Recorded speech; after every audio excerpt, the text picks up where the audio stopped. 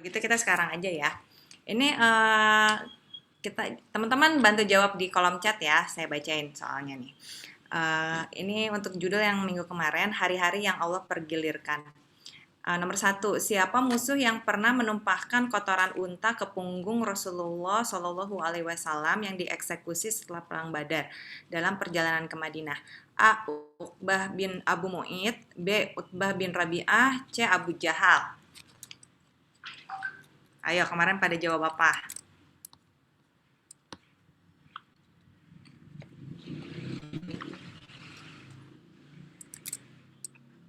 Lupa. Ya benar jawabannya A ya. Jadi Uqbah bin Abu Mu'id. Nah, oke, next. Pertanyaan nomor 2. Siapakah pemimpin pasukan yang dikirim Rasulullah untuk menghadang kafilah dagang yang dipimpin oleh Safwan bin Umayyah? A. Zaid bin Sabit, B. Zaid bin Harithah, atau C. Sa'ad bin Mu'adz? Ya, nomor 2. C. Oke, yang lain. C juga nih. Ada yang A. Oke, jawabannya adalah sayang sekali nggak ada jawab yang benar. Yang jawab benar adalah B. Zaid bin Harithah. Oke, next. Pertanyaan nomor 3. Manakah di antara ini yang bukan? Berarti yang bukan ya. Alasan Allah Subhanahu wa taala mentakdirkan kekalahan kaum muslimin di perang Uhud. A. Untuk menunjukkan siapa yang benar-benar beriman. B. Sebagai hukuman atas ketidakpatuhan pasukan pemanah. Atau C. Agar sebagian memperoleh kesyahidan. Oke, ada yang bilang B, ada yang bilang A. Yang bukan ya. Ya benar, jawabannya adalah B. Karena walaupun kemarin itu Ustadz Akmal bilang katanya walaupun mungkin ada pasukan pemanah itu mundur, bukan berarti dia tidak patuh, tapi memang pada saat itu keadaan perang kan nggak ada yang tahu ya. Jadi dan Rasul juga nggak pernah keluar statement dari Rasul bahwa itu kekalahan karena siapa kayak gitu. Oke, alhamdulillah Ustadz Akmal nih udah mau masuk. Oh iya, sebelumnya berarti ini siapa yang benar? Kita lihat siapa yang benar 4 kali berturut-turut.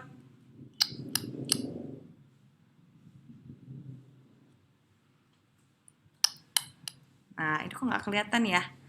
Oh, ternyata Teh Wina masih nomor 1, kedua adalah Teh Fenty, yang ketiga adalah Teh Indah, Mbak Mayang, Mbak Nadia, Mbak Dila, Mbak Iis, Maula, Teh Anggung, sama Mbak Qur'ani. Oke. Selamat alhamdulillah Masya Allah kepada Teh Wina dan Teh Fenty yang menduduki juara, bukan juara ya, yang paling banyak menjawab pertanyaan benar dari 4 kali kuis kita di pertemuan yang lalu.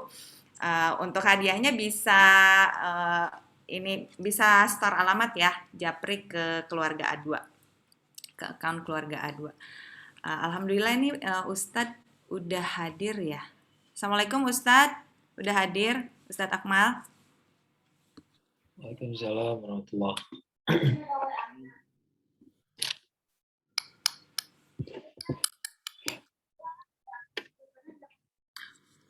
Ya.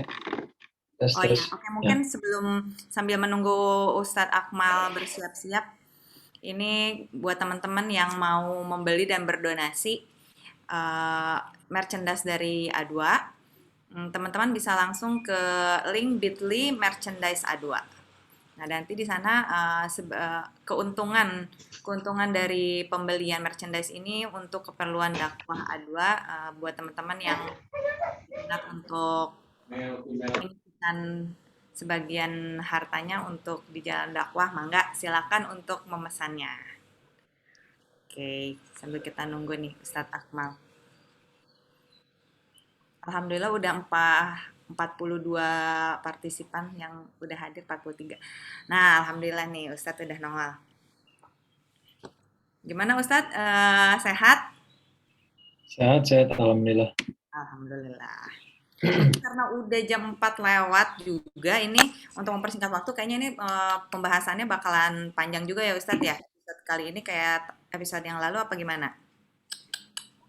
Kayaknya kurang lebih sama. Kurang lebih sama. Oke, akan padat merayap Ya, materi kita. Jangan lupa buat teman-teman siapkan siapkan buku catatannya karena nanti seperti biasa di akhir kajian akan ada kuis lagi, akan ada soal lagi. Nilainya akan di-reset lagi dari nol semuanya. Jadi tidak melanjutkan dari poin yang sebelumnya yang tadi udah menang. Nah, yang udah menang, mohon maaf, punten nggak bisa menang lagi, tapi tetap ya ngisi juga kuisnya. Nah, buat teman-teman yang punya keluangan untuk membuka video demi adab terhadap ilmu dan kepada guru kita, Ustadz Akmal, mangga dibuka videonya. Dan nanti kalau ada pertanyaan, silahkan DM di kolom chat ke keluarga A2 atau nanti bisa raise hand langsung supaya lebih interaktif. Silahkan di akhir di sesi nanti tanya jawab. Tafadhol Ustadz untuk dimulai aja. ya. Alhamdulillah minasyaitonirrajim. Bismillahirrahmanirrahim. Assalamualaikum warahmatullahi wabarakatuh.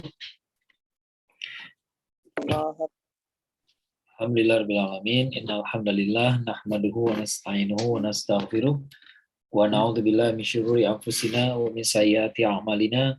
May yahdihillahu fala mudhillalah wa may yudhlil fala hadiyalah. Asyhadu an la ilaha illallah wahdahu la syarikalah wa asyhadu anna Muhammadan abduhu wa rasuluh la nabiyya ba'da. Allahumma shalli wa sallim wa barik ala Muhammad wa ala alihi wa sahbihi wa man tabi'ahum bil ihsan ila yaumiddin. Amma ba'd. Alhamdulillah segala puji dan syukur kita turunkan kepada Allah Subhanahu wa taala atas nikmat yang paling utama, nikmat iman dan Islam, nikmat ukhuwah, nikmat kesehatan dan kesempatan untuk berkumpul dalam kajian kita pada sore hari ini, melanjutkan serial kajian Sirah Nabawiyah. Kemarin kita sudah membahas hari-hari yang Allah pergilirkan ya tentang perang Uhud ya, dan itu terambil dari salah satu ayat yang memang bercerita tentang perang Uhud ya, bahwa menang dan kalah itu Allah pergilirkan ya. Jadi nggak ada jaminannya sahabat Rasulullah SAW pasti menang gitu ya. Ternyata tetap aja sahabat Rasulullah SAW juga diuji, ya itulah bagian dari ujian gitu ya. Bagian dari ujian, kira-kira kalau dalam posisi kalah kita tetap beriman apa enggak gitu ya. Karena kalau orang beriman itu ya kalah atau menang dia lebih yang penting dia di jalan yang benar ya. Karena kita tahu sendiri di dunia ini kadang-kadang yang salah bisa menang, kadang-kadang yang benar bisa kalah gitu ya. Nah, sekarang kita bahas bagaimana sejarah itu kemudian berbalik ya, ini dalam peristiwa sedikit dibocorin aja nggak apa-apa gitu ya. Ini dalam peristiwa perang Khandaq atau perang Ahzab ya. Perang Ahzab adalah penyebab bukan penyebab momen ketika turunnya surat Al-Ahzab ya. Nah, saya akan share screen dulu sebentar ya. Biar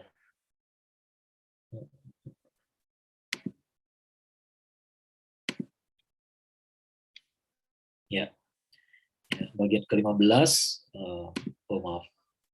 Bagian ke-15 membalik arah sejarah.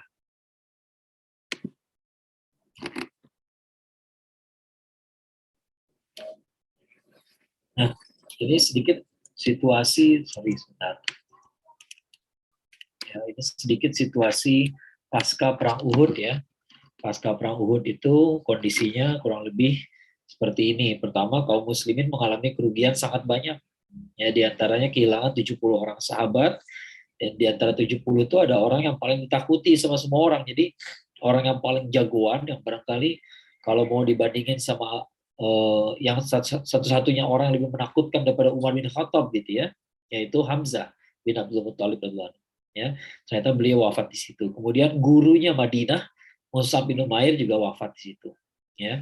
Nah, tapi hikmahnya adalah ketika orang-orang nomor satu wafat, maka kemudian muncullah orang-orang yang di barisan kedua ini muncul memperlihatkan kehebatan mereka. Ya, jadi memang kadang-kadang situasi lah menyebabkan orang jadi pahlawan. Ya, makanya ada sebagian motivator yang selalu mengingatkan kita untuk keluar dari zona nyaman. Karena kita nggak tahu, jangan-jangan kita ini sebenarnya hebat, cuman kita nggak pernah keluar dari zona nyaman. Ya, begitu kita dihadapkan pada zona tidak nyaman, ternyata muncullah tokoh-tokoh seperti Abu Dujanah radhiyallahu anhu, ya, Sa'ad bin Abi Waqqas, Talha bin Recording in Ubaidillah, ya. progress. Ini orang-orang yang tadinya nggak begitu kelihatan, tapi sekarang jadi terlihat jelas, ya. Nah, kemudian tindakan pasukan pemanah meninggalkan posnya memang sangat disesali. Tapi peristiwa Hamraul Asad, ya, kalau ingat nggak kan lalu ya, ketika peristiwa Hamraul Asad itu adalah ketika Rasulullah SAW sehari sesudah perang Uhud memerintahkan untuk mengejar pasukan Mekah. Ya, jadi ini perang urat syaraf untuk memperlihatkan bahwa mereka siap. Ya, dan ini menarik sekali karena ternyata terjadi perang intelijen gitu ya, di mana Rasulullah SAW menyampaikan pesan, intinya begitu ya, kepada orang-orang musyrikin bahwa orang-orang Madinah udah siap ngejar mereka. Ya, sementara Abu Sufyan mengirimkan pesan yang sama juga, bahwa orang-orang Quraisy siap mengejar orang-orang Madinah. Ya, tapi efeknya ternyata berbeda. Ya, orang-orang Quraisy malah pulang ke Mekah karena ketakutan, sementara kaum muslimin malah makin semangat. Ya, karena mereka, ya inilah situasi gitu ya. Jadi kita tuh kalah di satu pertempuran bukan berarti kalah di satu peperangan, ya. Itu tergantung reaksi kita berikutnya, ya. Kalau kita kalah lalu kemudian menjadikan itu sebagai cambuk, ya, kemudian kita marah gitu ya, karena apa, nah, karena merasa harusnya kita nggak kayak kemarin gitu ya. Nah, barangkali besoknya malah bisa lebih lebih hebat dari hari sebelumnya, ya. Nah, sebaliknya kalau kita menang tapi kemudian ternyata kita capek dan tidak mau berusaha lagi, barangkali ya ya seperti kaum musyrikin itulah gitu ya.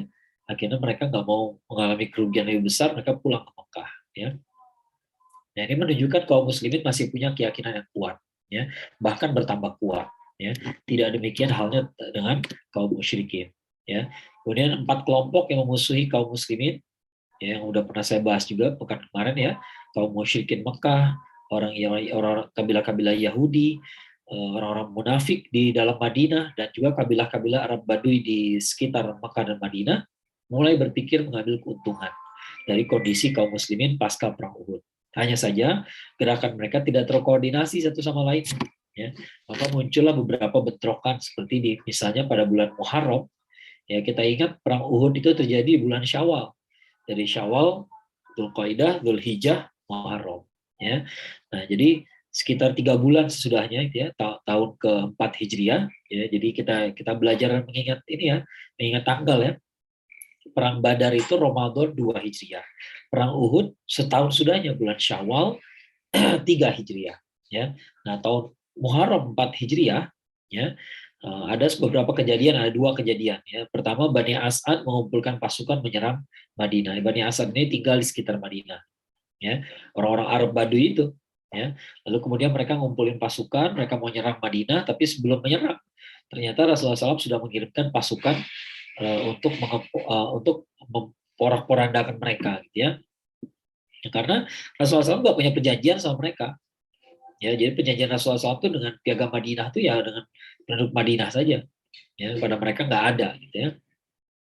Nah, pasukan ini dipimpin oleh Abu Salamah. Ya, kalau yang ingat, Abu Salamah dulu punya peran ketika mau hijrah. Ketika pergi hijrah, beliau terpaksa meninggalkan anak istrinya. Ya, maka ada namanya Abu Salamah dan Ummu Salamah. Gitu ya. Nah, setahun kemudian baru mereka bisa berkumpul kembali. Ya. Jadi hijrah bagi keluarga Abu Salamah ini punya memerlukan pengorbanan yang besar sekali. Ya. Nah, Abu Salamah ini pasukan ini berhasil membuat mereka lari kocak-kacir. Yang menariknya, ketika memimpin pasukan ini, Abu Salamah itu masih dalam keadaan terluka. Jadi ada lukanya, gitu ya. Ada luka parah ketika dari perang Uhud. Ya. Jadi udah 3 bulan, lukanya belum sembuh juga. Ya. Nah, beberapa hari kemudian ada kabar ada seseorang namanya Khalid bin Sufyan, ya. Nah, dia mengumpulkan pasukan untuk menyerang Madinah. Sama kayak begitu juga polanya, ya. Tapi ini bukan kabilah, ini cuma satu orang aja, satu orang ngumpulin pasukan. Dia punya karisma barangkali gitu ya. Nah, Rasulullah SAW mengutus Abdullah bin Unais radhiyallahu anhu yang kembali 2 pekan kemudian. Ya, 2 pekan lebih ya, sekitar 18 hari, hampir 3 pekan berarti ya. Setelah dia kembali, dia bawa kepalanya Khalid, ya. Nah, jadi ternyata Abdullah bin Unais sudah berhasil menuntaskan tugasnya, ya. Nah, nggak lama setelah itu Abu Salamah wafat karena lukanya, gitu. Jadi lukanya tuh semakin parah, semakin parah, semakin parah. Akhirnya wafat karena luka di perang Uhud. Gitu. Banyak ya zaman dulu kayak begitu. Ya namanya perang itu lukanya parah ya, kemudian sembuhnya nggak gampang. Ya sembuhnya nggak gampang karena zaman dulu kan pengobatan belum bagus ya, belum bisa steril gitu ya, maka banyak orang lukanya ketika perang wafatnya beberapa pekan setelah perang ya, banyak ya begitu. Kalau Abu Salamah bahkan udah lebih dari 3 bulan gitu ya. Nah setelah masa idahnya selesai, Rasulullah SAW menikahi Ummu Salamah ya. Jadi Abu Salamah punya istri Ummu Salamah. Ummu Salamah ini kemudian hari dinikahi oleh Rasulullah SAW ya. Ini jadi ada ceritanya gitu ya. Ummu Salamah tuh ketika pergi hijrah kan diuji Allah ya, dipisahkan dengan suaminya selama setahun penuh ya. Maka beliau berdoa selalu mengucapkan innalillahi wa inna ilaihi raji'un ya, minta pertolongan sama Allah, minta mudah-mudahan diganti dengan yang baik gitu ya. Ketika menghadapi musibah selalu begitu ya. Nah, suatu ketika ya beliau dalam keadaan berduka cita sekali kehilangan Abu Salamah ya, maka beliau berdoa sekali, ya Allah gantikan saya dengan lebih baik, berikan saya ganti yang lebih baik. Ternyata digantikan dengan Rasulullah SAW. Ya benar-benar dikasih ganti yang lebih baik daripada Abu Salamah ya. Tapi Abu Salamah ini juga sahabat yang luar biasa gitu ya. Jadi ini pasangan yang luar biasa, maka memang layak sih kalau menurut saya setelah Abu Salamah wafat maka Ummu Salamah dinikahi oleh Rasulullah SAW. Ya. Umur berapa Ummu Salamah? Dia mengatakan sekitar 30-an, jadi masih muda sebenarnya ya, masih muda. Yang satu hal lagi yang menarik adalah cantik banget ya. Jadi ada cerita Aisyah itu kan masih muda sekali ya, masih muda sekali dinikahi, dan dia perawan waktu dinikahi oleh Rasulullah SAW, maka dia uh, sangat cemburuan gitu ya, sangat cemburuan. Di antara istri-istri Rasulullah SAW yang menjadi sahabatnya Aisyah itu namanya Hafsah ya. Hafsah itu menjadi sahabatnya Aisyah ya. Nah kemudian Aisyah itu suatu ketika mendengar berita betapa betapa cantiknya Ummu Salamah gitu setelah dinikahi Rasulullah SAW ya. Maka Aisyah datang ke rumah Ummu Salamah, dia lihat sendiri. Setelah dia lihat sendiri, dia pulang, dia cerita ke Hafsah gitu ya. Ternyata emang cantiknya bukan main katanya gitu ya. Apa kesal gitu Aisyahnya, cemburu gitu ya. Kata Hafsahnya, udah tenang aja ya. Kurang lebihnya gitu ya, tenang aja, itu mah gara-gara cemburu aja ya, gara-gara cemburu aja maka kelihatan cantik banget gitu ya.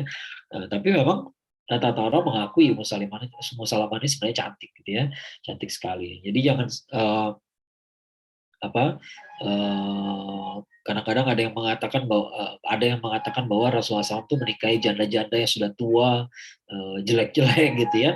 Enggak sama sekali nggak seperti itu gitu ya. Nggak seperti itu. Nah ini Ummu Salamah ini salah satu, tapi yang pasti semua dinikahi Rasulullah SAW memang bukan perempuan sembarangan, ya, bukan bukan bukan apa ya, bukan kaleng-kaleng gitu ya. Kayak Ummu Salamah ini nggak kaleng-kaleng sama sekali. Ya ini apa perempuan luar biasa yang memang setelah wafatnya Abu Salamah ya susah nyari siapa yang bisa gantiin beliau gitu ya. Ya memang Rasulullah SAW ya. Nah itulah yang apa pilihan yang terbaik gitu ya. Nah, kemudian ada beberapa peristiwa yang sangat menyedihkan. Ada dua pembantaian, ya, dua pembantaian. Pertama pembantaian di Ar-Raj'i, ya, Ar-Raj'i, ya. Ar-Raj'i ini nama tempat, ya, nama tempat, ya. Di bulan Safar, Safar itu bulan kedua setelah Muharram, ya. Muharram kemudian Safar, ya. Di bulan Safar tahun 4 Hijriah, beberapa orang dari wilayah Adol dan Qarrah di sekitar Madinah datang dan menyampaikan pada Rasulullah SAW bahwa di daerahnya sudah ada sejumlah muslim ya, dan mereka butuh orang yang akan mengajari mereka agama ya. Rasulullah SAW mengirimkan 6 atau 10 orang ya, ada yang bilang 6, ada yang bilang 10 ya. Biasalah kalau kalau kalau apa riwayat-riwayat ini kadang-kadang ada yang kurang akurat, tapi yang pasti Rasulullah SAW mengirimkan orang gitu ya, mengirimkan orang. Nah lebih banyak yang percaya 10 orang sih ya. 10 orang Rasulullah SAW kirimkan ke daerah Adol dan Qarrah untuk mengajar agama ya, karena begitu dengar di situ ada orang Islam maka harus ada yang ngajarin ya. Dikirimkan sekitar 10 orang ya. Di antaranya adalah Asim bin Thabit ya. Nah, sampai di wilayah Ar-Raj'i, itu daerah dekat Jeddah, Jeddah itu Jeddah ya, dekat Jeddah, maka orang-orang yang diutus oleh Rasulullah SAW tiba-tiba diperdaya. Ya, mereka dikepung, ya, sehingga seorang sahabat namanya Asim bin Thabit radhiyallahu anhu, ya, dan hampir semua rekannya wafat, terbunuh. Ya, nah, tapi ada 3 orang, ada 2 orang yang kemudian selamat ya, namanya Khubaib bin Adi radhiyallahu anhu dan Zaid bin Ad-Dastinah ya radhiyallahu anhu. Ini sahabat yang memang kalau buat kita namanya kurang terkenal gitu ya, tapi masya Allah nih dua-duanya nih orang hebat ya. Nah, keduanya ditangkap dibawa ke Mekah ya, dari wilayah Ar-Raji'. Ar-Raji' itu dekat, udah menuju Jeddah gitu, di pinggir lautan gitu ya, pinggir lautan dari Madinah, jalan di pinggir lautan menuju Jeddah.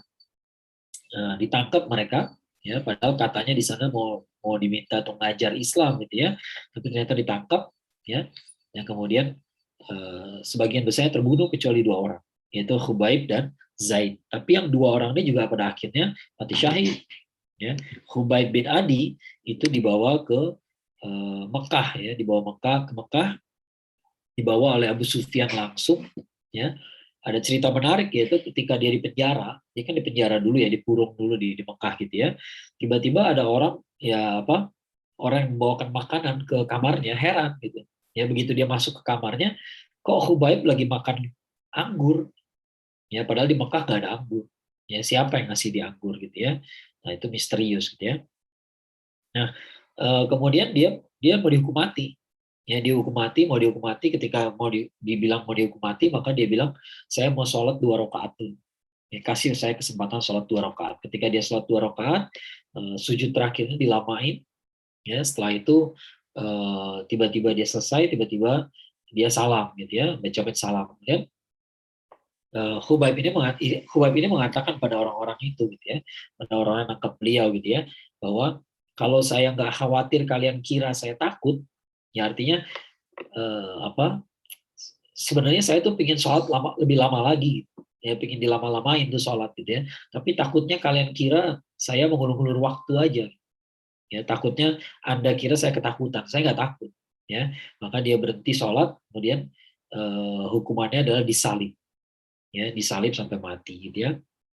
Nah kemudian sebelum disalib, Abu Sufyan tuh nanya ke Khubaib gitu ya, nanya ke Khubaib gitu ya, kamu suka nggak kalau Muhammad menggantikan kamu sekarang?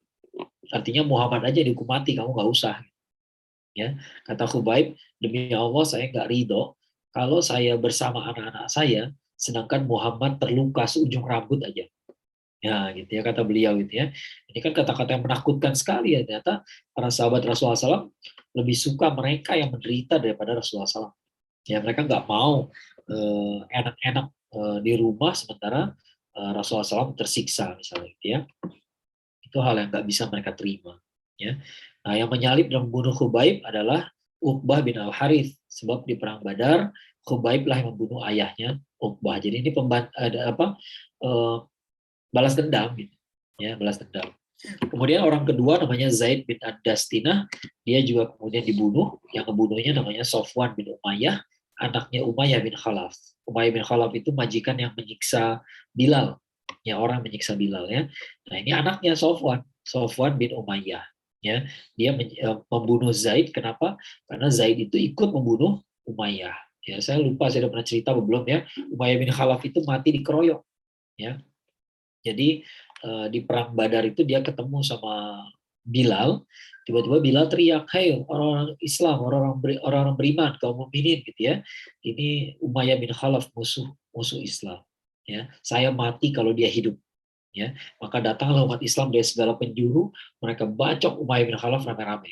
Ya, jadi itulah kalau menurut saya ironinya adalah Umayyah bin Khalaf ternyata matinya nggak dibunuh sama Bilal, ya, tapi dia mati karena perintah Bilal. Ya, Bilal yang dulunya budak dia, yang dulunya nggak berdaya ketika disiksa, ternyata ketika bertemu di perang Badar tahun kedua Hijriah, Bilal itu udah bisa nyuruh orang. Ya, gitu ya. Kata-kata Bilal itu udah diikuti orang lain. Gitu. Kalau menurut saya di situ ironinya. Ya. Nah, Zaid bin Dastinah ini termasuk terlibat dalam pembunuhan Umayyah bin Khalaf, maka Sofwan membalas, gitu ya, dia bunuh. Ya. Kemudian ada tadi ada sahabat yang namanya Asim bin Sabit ya. Asim bin Sabit ini konon ketua rombongannya, ya ketua rombongan. Karena Rasulullah SAW kalau ngutus orang sekelompok pasti ada pemimpinnya siapa, gitu ya. Asim bin Sabit ini terbunuh duluan di sana gitu ya, terbunuh di Ar-Raji ini tadi gitu ya. Tidak dibawa ke Mekah, tidak dibawa kemana-mana, dia terbunuh. Yang menarik adalah Asim ini rupanya ditakuti orang ya, karena di perang Badar itu dia membunuh banyak orang-orang penting dari Quraisy ya, sangat ditakuti gitu ya, sangat ditakuti keganasannya gitu ya, karena dia bisa bunuh banyak orang. Maka setelah dia mati terbunuh, setelah dia berhasil dibunuh, maka jenazahnya itu mau dipotong-potong tadinya, ya mau dipotong-potong gitu ya, sebagai bukti bahwa Asim benar-benar mati gitu ya. Nah tapi kemudian datang segerombolan lebah yang menjaga jenazah tersebut sehingga nggak ada yang berani ngambil jenazahnya. Ya, itu yang terjadi pada jenazahnya Asim bin Thabit ya. Nah, ketika sampai beritanya kepada Umar bin Khattab, dan para sahabatnya tahu ternyata Asim bin Thabit itu pernah bersumpah dia nggak mau disentuh sama orang musyrik. Ya, jadi setelah dia masuk Islam, Asim bin Thabit itu pernah bersumpah saya nggak mau disentuh sama orang musyrik ya. Maka Umar bin Khattab berkomentar, Allah Subhanahu wa taala menjaga orang-orang mukmin ketika dia mati sebagaimana dia menjaga orang-orang mukmin ketika dia hidup. Ya, jadi ketika dia hidup Allah Subhanahu wa taala menjaga Asim dari sentuhan orang musyrik, maka ketika dia mati jenazahnya pun Allah jaga dengan dari sentuhannya orang-orang musyrik. Ya. Mohon maaf sebentar ya. Bentar.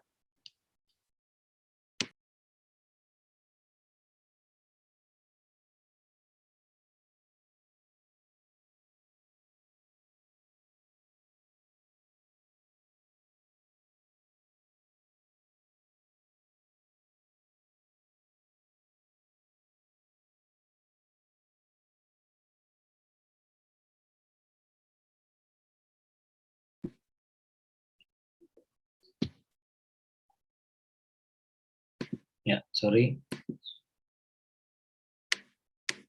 Nah, kemudian peristiwa kedua ya.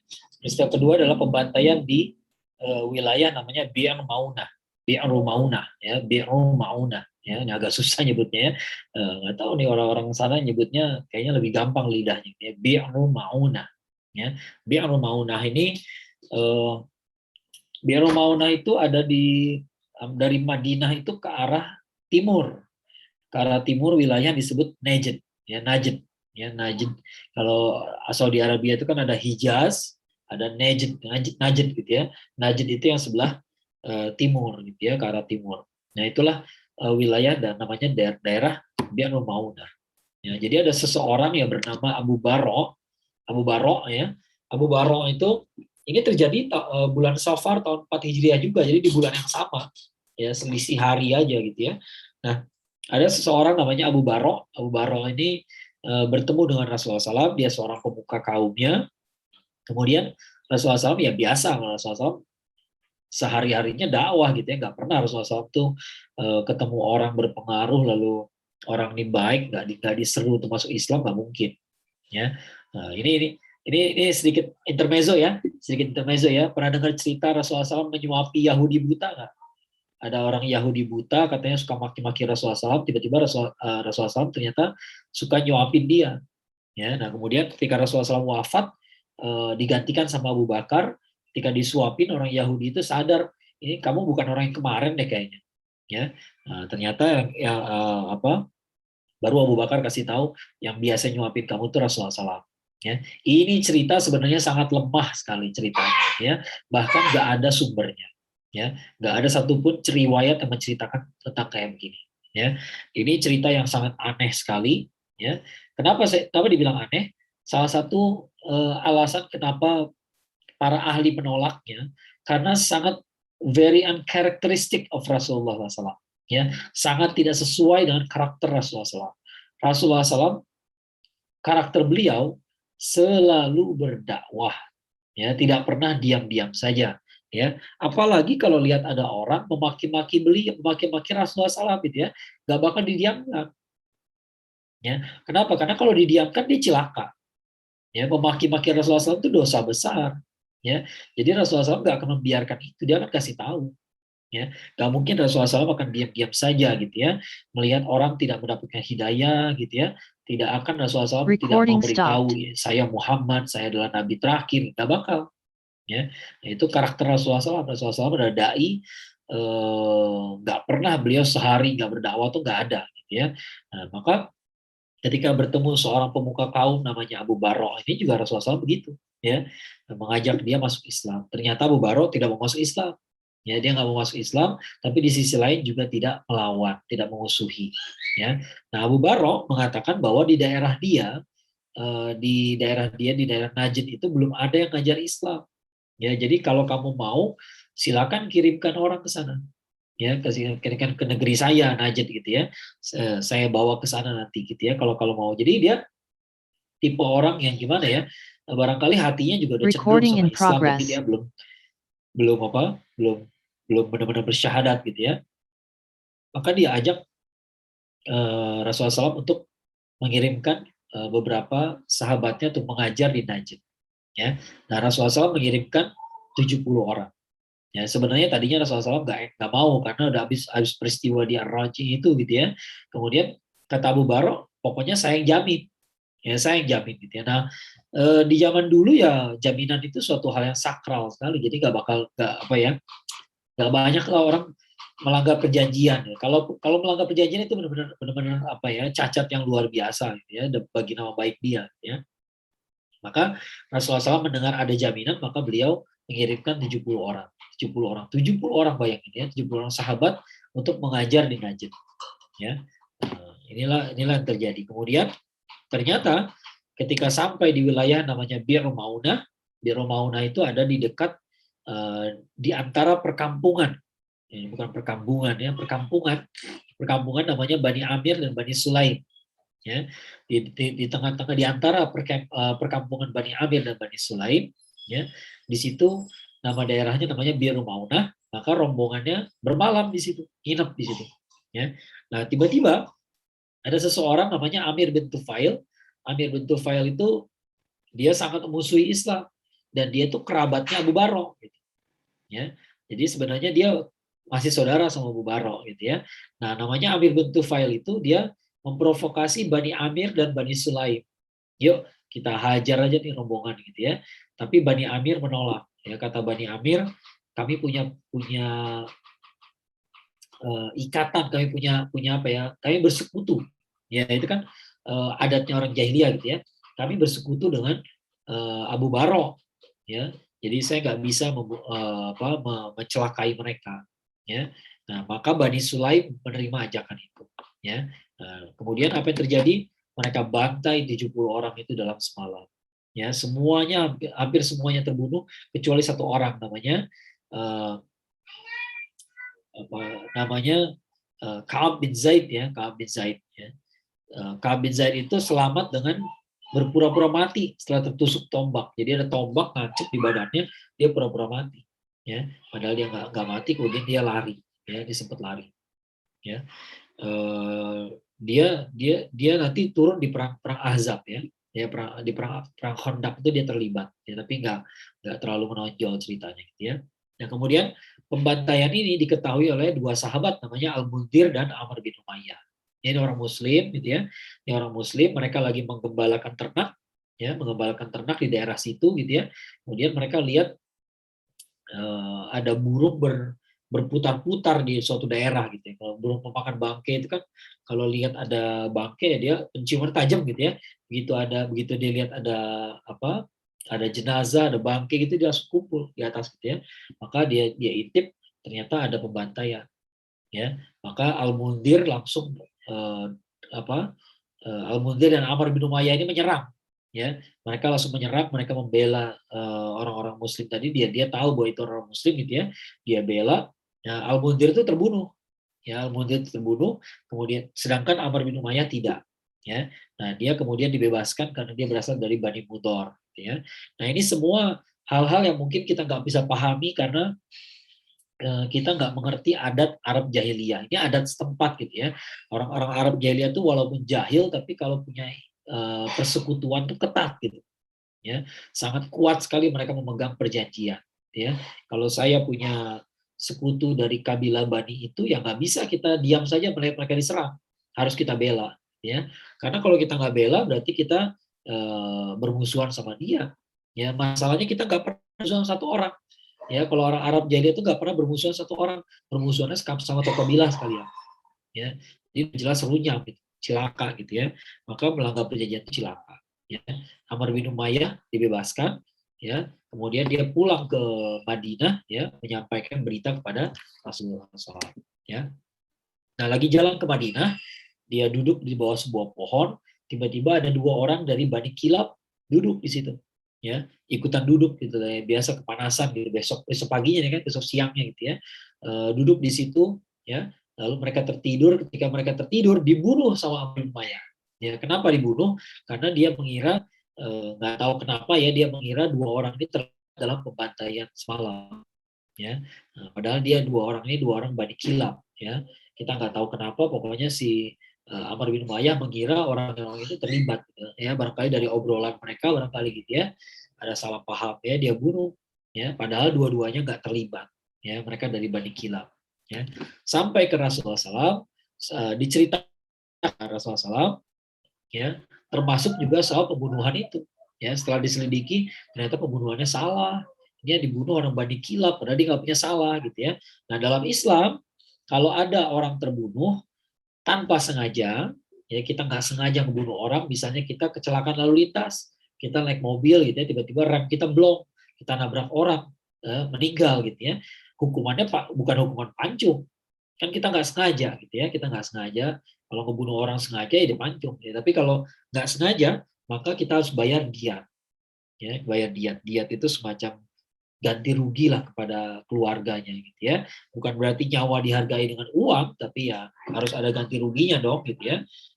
Demikian juga kalau kalau kita membunuh orang, harusnya kita dipancung tapi tiba-tiba keluarganya memutuskan memaafkan, ya dimaafkan aja lah gitu ya. Walaupun sudah dimaafkan kita tetap harus bayar ganti rugi juga ya. Nah, ganti ruginya lumayan besar pada saat itu, kita nggak tahu, saya nggak tahu berapa harganya, nggak ada apa, nggak tahu ya ada keterangan lengkapnya apa enggak, saya belum menemukan aja ya. Nah, Rasulullah SAW itu sangat sedih karena pembantaian Bi'r Maunah pastinya ya. Nah, setelah peristiwa ini Rasulullah SAW selalu membaca kunut nazilah setiap sholat subuh selama 30 hari ya, untuk mendoakan azab bagi orang-orang ini, bagi orang-orang pelaku-pelakunya gitu ya. Nah, lalu gimana urusannya Amr bin Umayyah tadi gitu ya. Amr bin Umayyah kan udah ngebunuh dua orang, pembunuhannya salah gitu ternyata gitu ya. Maka Rasulullah SAW sesuai Piagam Madinah itu mengatakan kalau orang Madinah punya masalah, maka masalah semua orang. Nah, gitu ya. Nah, yang kayak gini termasuk ketika ada orang salah bunuh, dia harus bayar ganti ruginya fantastis gitu ya, besar sekali gitu ya, dua orang lagi gitu kan. Maka kemudian Rasulullah SAW keliling, Rasulullah SAW sendiri keliling-keliling ke semua kabilah minta sumbangan, ya minta sumbangan untuk menanggung biaya ganti rugi tadi. Ya, jadi walaupun yang bersalah jelas Amr bin Umayyah, tapi beliau meminta yang lain untuk berkontribusi. Kan itu perjanjian Madinah tuh kayak gitu. Ya, Piagam Madinah tuh begitu. Ya, satu masalah diatasi bareng-bareng. Ya, sangat guyup gitu kan. Tapi sayangnya ternyata ada yang gak suka juga. Ya. Nah, ini adalah sejarah kunut nazilah dibacakan tiap subuh. Ya, jadi kalau orang ada yang tiap subuh dia baca kunut gitu ya, itu ada dalilnya juga.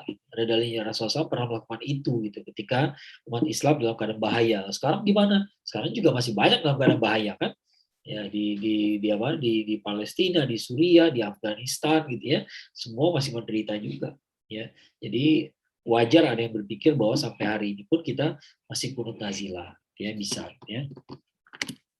Nah, Abu Barok, ngomong-ngomong Abu Barok itu hidup ya, karena Amir bin Tufail itu kan kerabat dia juga ya, maka dia Amir bin Tufail gak bunuh dia gitu ya. Tapi Abu Barok tuh sangat sakit hati ya. Dia merasa bertanggung jawab, merasa bersalah, karena itu dia perintahkan anaknya untuk membunuh Amir bin Tufail ya. Ternyata setelah diserang Amir bin Tufail cuma luka doang, gak meninggal ya lukanya parah gitu ya. Nah, Amir bin Tufail itu pergi ke Madinah, dia pengen bunuh Rasulullah SAW. Ya, dari perjalanan dia singgah ke rumah seorang perempuan yang kena penyakit, lalu kemudian dia kena penyakit juga. Dari mana ini datang? Tes. Kenapa?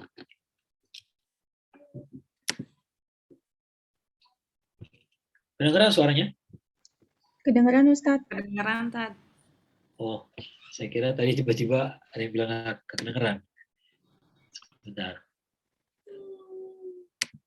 Ya.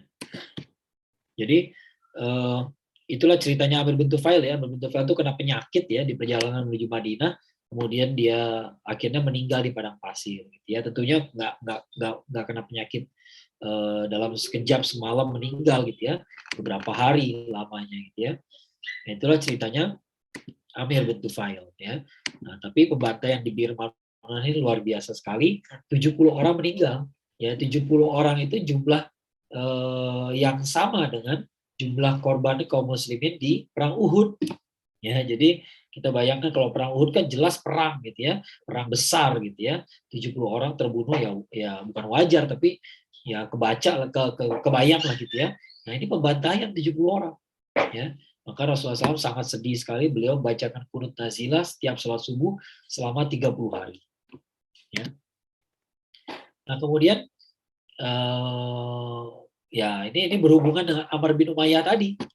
Ya. Jadi ceritanya Rasulullah SAW kan minta semua kabilah untuk berkontribusi. Ya, kontribusi kita patungan, kita bantu Amr bin Umayyah ini, dia nggak sengaja bunuh orang, dia salah sangka, dia sendiri juga hampir dibunuh malam itu kan, makanya orang bisa mengerti, ini orang lagi panik, lagi kalap gitu barangkali gitu ya, berpikirnya kurang jernih, ya, maka dia bunuh 2 orang, ya kita harus bantu dia, ya, maka ketika datang ke Bani Nadir kita ingat ada 3 kabilah Yahudi, Bani Qainuqa, Bani Nadir, Bani Quraisyah. Bani Qainuqa sudah diusir setelah perang Uhud. Ya. Nah, sekarang Bani Nadir. Ya. Nah, ketika tiba di bentengnya Bani Nadir, ya, zaman dulu tuh semua kabilah tuh punya benteng. Ya. Sampai ke bentengnya Bani Nadir, Rasulullah SAW minta bantuan untuk membayar giatnya Amr bin Umayyah. Ya. Nah, kemudian kata orang Bani Nadirnya, oh siap, ya, saya kumpulin dulu uangnya, silakan Anda tunggu di sini. Nah, Rasulullah SAW nunggu di luar benteng, nyender ke tembok, dikelilingi oleh Abu Bakar, Umar, Ali, dan beberapa sahabat lain. Ya. Ketika lagi duduk-duduk begitu, ternyata di balik tembok, orang-orang Bani Nadir itu berkonspirasi, mereka janjian, gimana kalau kita jatuhin aja di batu penggilingan. Ya, jadi ada batu yang mereka pakai buat giling apa ya, giling gandum kayaknya gitu ya. Kan batunya gede banget gitu ya, gede gitu ya. Gimana kalau kita jatuhin aja di atas tembok nih, kena kepala Muhammad, mati dia. Ya, gitu ya. Nah, mereka berjanji kayak begitu, berencana seperti itu. Ya. Kemudian ditanya siapa yang berani melakukan kayak gitu. Oh, saya siap, namanya Amr bin Jahsh. Ya, oke. Sekarang kita ambil dulu batunya. Ya, batunya kan berat banget gitu ya. Ngangkat batu itu ke atas tembok aja nggak cepet gitu. Ya. Nah, ketika mereka lagi berusaha begitu, tiba-tiba Jibril datang pada Rasulullah SAW menyampaikan bahwa ini orang mau berbuat jahat, mereka mau ngejatuhin sesuatu di atas tembok gitu ya. Maka kemudian Rasulullah SAW tiba-tiba Rasulullah SAW bangkit berdiri terus pulang. Ya, pulang. Para sahabatnya pun gak dikasih tahu, para sahabat bingung aja, ya, maka mereka ngikutin Rasulullah SAW. Ya, kenapa tiba-tiba pergi? Ya, nah sudah sampai ke Madinah, ke Madinah kembali, maka Rasulullah SAW menjelaskan bahwa mereka punya rencana jahat. Ya, mereka punya rencana jahat, oleh karena itu kita harus menindak mereka. Ya. Nah, kemudian Rasulullah SAW mengultimatum Bani Nadir. Di ultimatum, kalian meninggalkan kota Madinah dalam waktu 10 hari. Kasih waktu 10 hari ya. 10 hari pokoknya udah harus pergi, boleh bawa boleh bawa keluarga ya. Kemudian boleh bawa harta sebanyak muatan unta ya, lalu nggak boleh bawa senjata ya.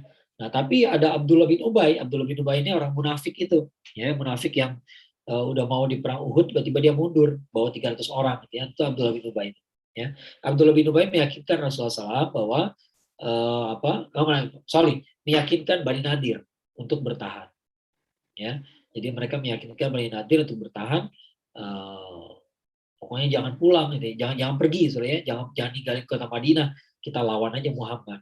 Ya. Lewat 10 hari Rasulullah SAW pergi memimpin pengepungan benteng Bani Nadir. Ya. Jadi ini posisinya di luar kota Madinah. Ya. Madinah tuh kota yang kecil gitu, tapi di sekelilingnya tuh banyak perkampungan-perkampungan. Ya. Maka dikepunglah benteng Bani Nadir. 5 hari, 6 hari pengepungan, akhirnya Bani Nadir menyerah. Ya, maka Rasulullah SAW persilakan mereka pergi.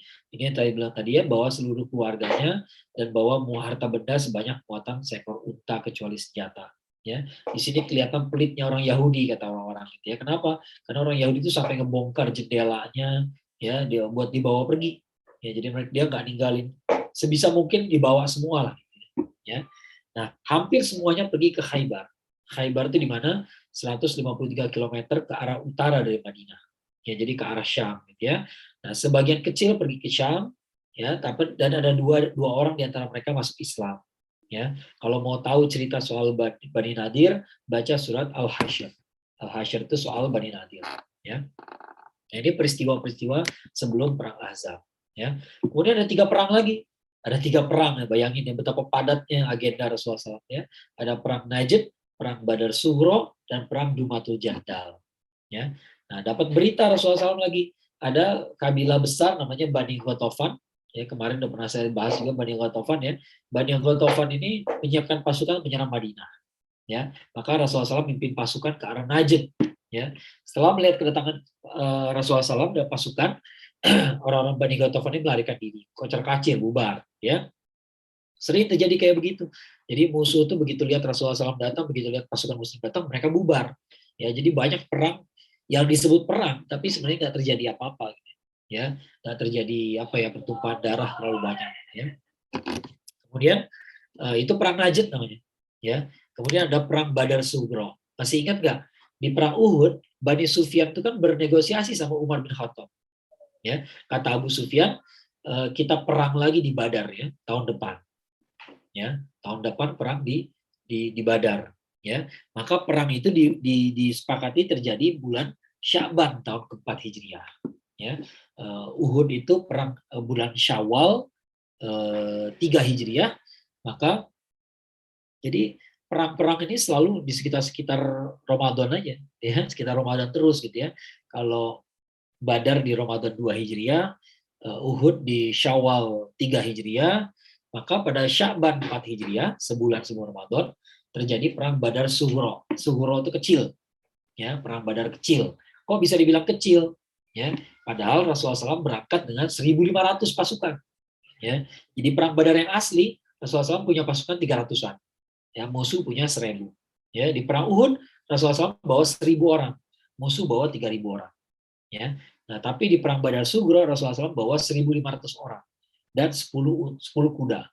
Ya, sementara Abu Sufyan berangkat bawa 2.000 prajurit, ya 2.000 prajurit dan 50 kuda, ya 50 penunggang kuda gitu ya. Tapi lucunya ketika sampai di sebuah wilayah namanya Zahran, ya Zahran itu masih belum nyampe Madinah gitu, belum nyampe Badar gitu ya. Tiba-tiba Abu Sufyan tuh ngajakin orang buat pulang gitu. Ya, kata dia gini, kita tuh sekarang ini lagi tahun yang berat, lagi tahun paceklik gitu ya. Gimana kalau kita pulang aja? Daripada kita perang, mending kita urusin keluarga kita masing-masing. Mereka butuh makan. Ternyata semuanya sepakat. Akhirnya mereka pulang. Ya, sementara kaum muslimin menunggu di Badar, di lembah Badar sampai 8 hari. Ya, 8 hari ditungguin. Setelah itu bisa ditebak ya, setelah perang Badar Sughra itu apa yang terjadi? Yang terjadi adalah pamornya kaum muslimin naik. Ya, naik sangat tajam sekali. Sementara orang-orang Quraisy dipermalukan. Ya, karena mereka lari dari medan perang. Ya, padahal jumlah pasukan lebih banyak. Ya, tetap aja mereka nggak pede. Ya, jadi perang Uhud itu walaupun kita bilang perang Uhud itu menyedihkan, tapi di sisi lain, ya sebenarnya musuh juga luka parah gara-gara perang Uhud itu, ya baik fisik maupun mental, ya. Jadi mereka ketakutan juga setelah itu. Ya. Ada perang berikutnya namanya perang Dumatul Jandal. Dumatul Jandal itu wilayah sekitar Syam, ya daerah perbatasan dengan Syam, ya. 6 bulan setelah perang Badar Sughra, Rasulullah SAW dapat kabar beberapa kabilah di wilayah Dumatul Jandal, ya ke arah utara lagi dekat Syam gitu ya, suka merampok siapapun, ya siapapun yang lewat, ya, dan juga bersiap menyerang Madinah. Ya, dan ini kan masalah gitu, karena orang Arab banyak berdagang ke Syam. Ya, maka Rasulullah SAW bawa 1.000 orang prajurit, sama seperti perang Najd ya. Maka ketika Rasulullah SAW sampai ke sana, musuh lari kocar-kacir, takutan. Ya, jadi perang tuh hampir nggak terjadi, ya bisa dikatakan. Ya, ini kalap apa ceritanya nih ya? Ini cerita menarik sekali gitu ya. Jadi setelah itu 20 orang pemuka Yahudi dari Bani Nadir yang udah diusir. Ya, ada 20 orang ya yang mereka udah terbuang ke Khaybar dan Syam, tiba-tiba datang ke Mekah. Ya, datang ke Mekah. Ya, kan zaman dulu Mekah dan Madinah belum ditutup dari orang-orang kafir gitu ya, maka orang kafir bebas masuk. Ya, nah, orang Yahudi ini datang ke Mekah bertemu dengan para petinggi Quraisy, ya ngajak mereka untuk menyerang Madinah. Nah, gitu ya. Dan kebetulan Quraisy juga krisis pede, ya Quraisy juga nggak pede, orang Yahudi juga nggak pede kalau sendirian, maka mereka bikin barengan. Ya, tapi bukan cuma berdua kelompok ini, ya kan ada 3 kelompok, ada 4 kelompok yang musuhi Islam gitu ya. Nah, mereka juga mengajak kabilah Bani Ghatafan dan kabilah-kabilah Arab lainnya di sekitar Mekah dan Madinah. Ya, jadi ini Mekah, ini Madinah, di antaranya ada banyak kabilah, nah itu diajak semua untuk menyerang Madinah. Ya, kita ingat ada 4 kelompok yang musuhi Rasulullah SAW. Ya, pertama kaum musyrikin Mekah, kedua Yahudi, ketiga orang-orang munafik, yang keempat orang-orang kabilah-kabilah Arab dari di antara Mekah dan Madinah. Ya, mereka juga musuhi Rasulullah SAW. Ya, ternyata semuanya sepakat, oke kita serang Madinah. Ya, dari keseluruhan kekuatan 3 kelompok tadi, ya terkumpul 10.000 prajurit. Ya, 4.000 orang Quraisy, 6.000 dari kabilah-kabilah lain. Ya, nah pada bulan Syawal 5 Hijriah, Syawal lagi kan, sekitar Ramadan terus gitu ya. Di bulan Syawal 5 Hijriah mereka datang mengepung Madinah. Nah, gitu ceritanya perang Ahzab atau perang Khandaq ya. Nah, ini gambar pertempuran perang Khandaq kayak begini ya. Jadi kota Madinah itu yang warna hijau tuh, ya warna hijau itu kota Madinah gitu ya. Atau sekitar sebenarnya bisa dibilang semua wilayah ini sebutnya Madinah ya. Nah, inilah kota Madinah. Madinah itu dikelilingi oleh pegunungan, ya pegunungan. Makanya Madinah itu sejuk sekali. Jadi dikelilingi oleh pegunungan, ya. Nah, yang terbuka dari wilayah Madinah, ya, adalah bagian utaranya, ya. Maka perang itu dari utara. Jadi walaupun Mekah itu dia ada di selatan, tapi dia muter dulu ke atas baru dinyerang, ya. Karena Madinah itu susah diserang daerah gunung, capek naik ke atasnya gitu ya. Makanya mereka menyerang daerah utara, ya. Nah, kita lihat di sini, kelihatan nggak gambarnya? Di situ ada wilayah itu ada perkampungan dari masing-masing kabilah. Ada Bani Quraizoh, Bani Nadir gitu ya, ada wilayah-wilayah sendiri ya. Jadi mereka punya perkampungan sendiri. Walaupun di kota Madinah semuanya ketemu ya. Jadi mereka semua ketemu di kota Madinah, tapi pulangnya mereka ke perkampungan masing-masing. Ya. Nah, ketika dapat informasi bahwa 3 kekuatan bergerak menuju tiga kekuatan bergerak menuju Madinah, maka Rasulullah SAW bermusyawarah dengan para sahabat. Ya, nah Rasulullah SAW bermusyawarah menentukan kira-kira kita mesti bertahan dengan cara apa. Ya, lalu Salman Al Farisi radhiyallahu ya mengatakan bahwa kami di Persia punya taktik namanya taktik parit. Ya, jadi kita bikin parit sehingga orang nggak bisa menyerang kita. Ya, nah cara ini lazim di Persia, tapi tidak lazim di Arab. Ya, jadi orang-orang Arab ketika melihat parit itu heran, gitu. Bingung dia mau diapain, gitu ya, nggak ada persiapan. Ya bikin aja jembatan. Ya ini kan bukan Indonesia. Kalau di Indonesia tuh di mana-mana ada pohon, gitu ya. Jadi kalau kita perlu bikin jembatan, paling enggak kita nebang pohon jadi jembatan tuh. Ya, tapi kalau di sana nggak bisa. Ya, kita lihat di gambar, nah itulah gambar parit itu ya, parit yang lebar itu ya, panjang di samping ya. Nah, Madinah dikelilingi oleh perbukitan kecuali di bagian utaranya. Nah, di bagian inilah dibangun parit. Jadi parit itu nggak mengelilingi kota, tapi cuma bagian utaranya doang. Ya, panjangnya kira-kira sekitar 5,5 kilometer, lebarnya lebih dari 4,5 meter, dan dalamnya itu 3 meter. Ya, 4,5 meter ke depan, Ya orang susah loncatnya, loncat susah, naik kuda susah juga. Ya. Nah lalu digalilah parit. Penggalian parit itu berlangsung sampai 6 hari, dikerjakan 1.000 orang setiap waktu. Artinya 1.000 orang kerja, begitu ganti shift, 1.000 orang berikutnya ganti. Ya bayangin ya betapa betapa kolosalnya pekerjaan ini, gitu ya. Termasuk Rasulullah SAW. Jadi Rasulullah SAW jangan dikira diam-diam aja, gitu ya. Rasulullah SAW tugasnya kalau kata para sahabat mengangkut tanah, ya. Jadi tanah yang habis digali diangkat ke atas itu Rasulullah SAW ikutan angkat itu, ya. Jadi Rasulullah SAW nggak diam-diam aja, ya. Kemudian ada beberapa mukjizat yang muncul di situ, ya. Mukjizat pertama ceritanya Jabir bin Abdullah. Jabir bin Abdullah ini kalau ingat kemarin ya saya cerita ya, dia nggak bisa ikut perang Uhud, ya, gara-gara disuruh gantikan sama bapaknya, ya. Bapaknya nyuruh dia menjaga adik-adiknya, ya. Maka Jabir bin Abdullah nggak jadi berangkat. Tetapi suatu ketika Jabir itu ketika lihat Rasulullah SAW tuh gak istirahat, ya, setelah beberapa hari gak istirahat, maka Jabir itu berinisiatif, ya, dia potong anak kambing, ya, kemudian dia siapkan roti, lalu dia bilang kepada Rasulullah SAW, ya Rasulullah, saya punya sekedar makanan sedikit, ya, silakan mampir ke rumah saya, boleh bawa 1-2 orang, ya, silakan kita makan bareng, ya, saya lihat Anda belum makan, ya. Nah kemudian kata Rasulullah SAW mengatakan pada Jabir ini, Jabir kasih tahu istri kamu jangan pindahin daging kambing dan rotinya dari kompor, gitu ya, taruh aja di situ, ya, biarin ditunggu, gitu ya, nanti saya sampai saya datang, ya. Maka tiba-tiba kan Jabir itu mengatakan ini buat Anda aja, gitu ya, karena Anda belum makan, gitu ya. Tapi Rasulullah SAW malah berbalik lalu memanggil 1.000 orang yang lagi kerja, ya. Yuk semua yang lagi kerja kumpul, ya, kita ikut, ya, ikut ke rumahnya Jabir bin Abdullah, ya. Kemudian Rasulullah SAW mengambil menyendoki sendiri kambing dan rotinya itu, ya, kemudian dikasih kepada orang. Ternyata dari satu tungku itu yang sebenarnya hanya berisi anak kambing lagi, jadi masih anak-anak, gitu ya, ternyata bisa memberi makan 1.000 orang, ya, dari wadah yang sama. Tiba-tiba Rasulullah SAW nyendokin daging, gitu ya, dan itu nggak habis-habis, ya, ternyata jadi makanan 1.000 orang, ya. Nah kemudian ada peristiwa lagi namanya sahabat namanya An-Nu'man bin Bashir, ya, dia punya saudara perempuan ini datang dengan bawa setangkup kurma. Jadi kurma tuh segini nih, ya, segini. Dibawa kurma di segini, ya.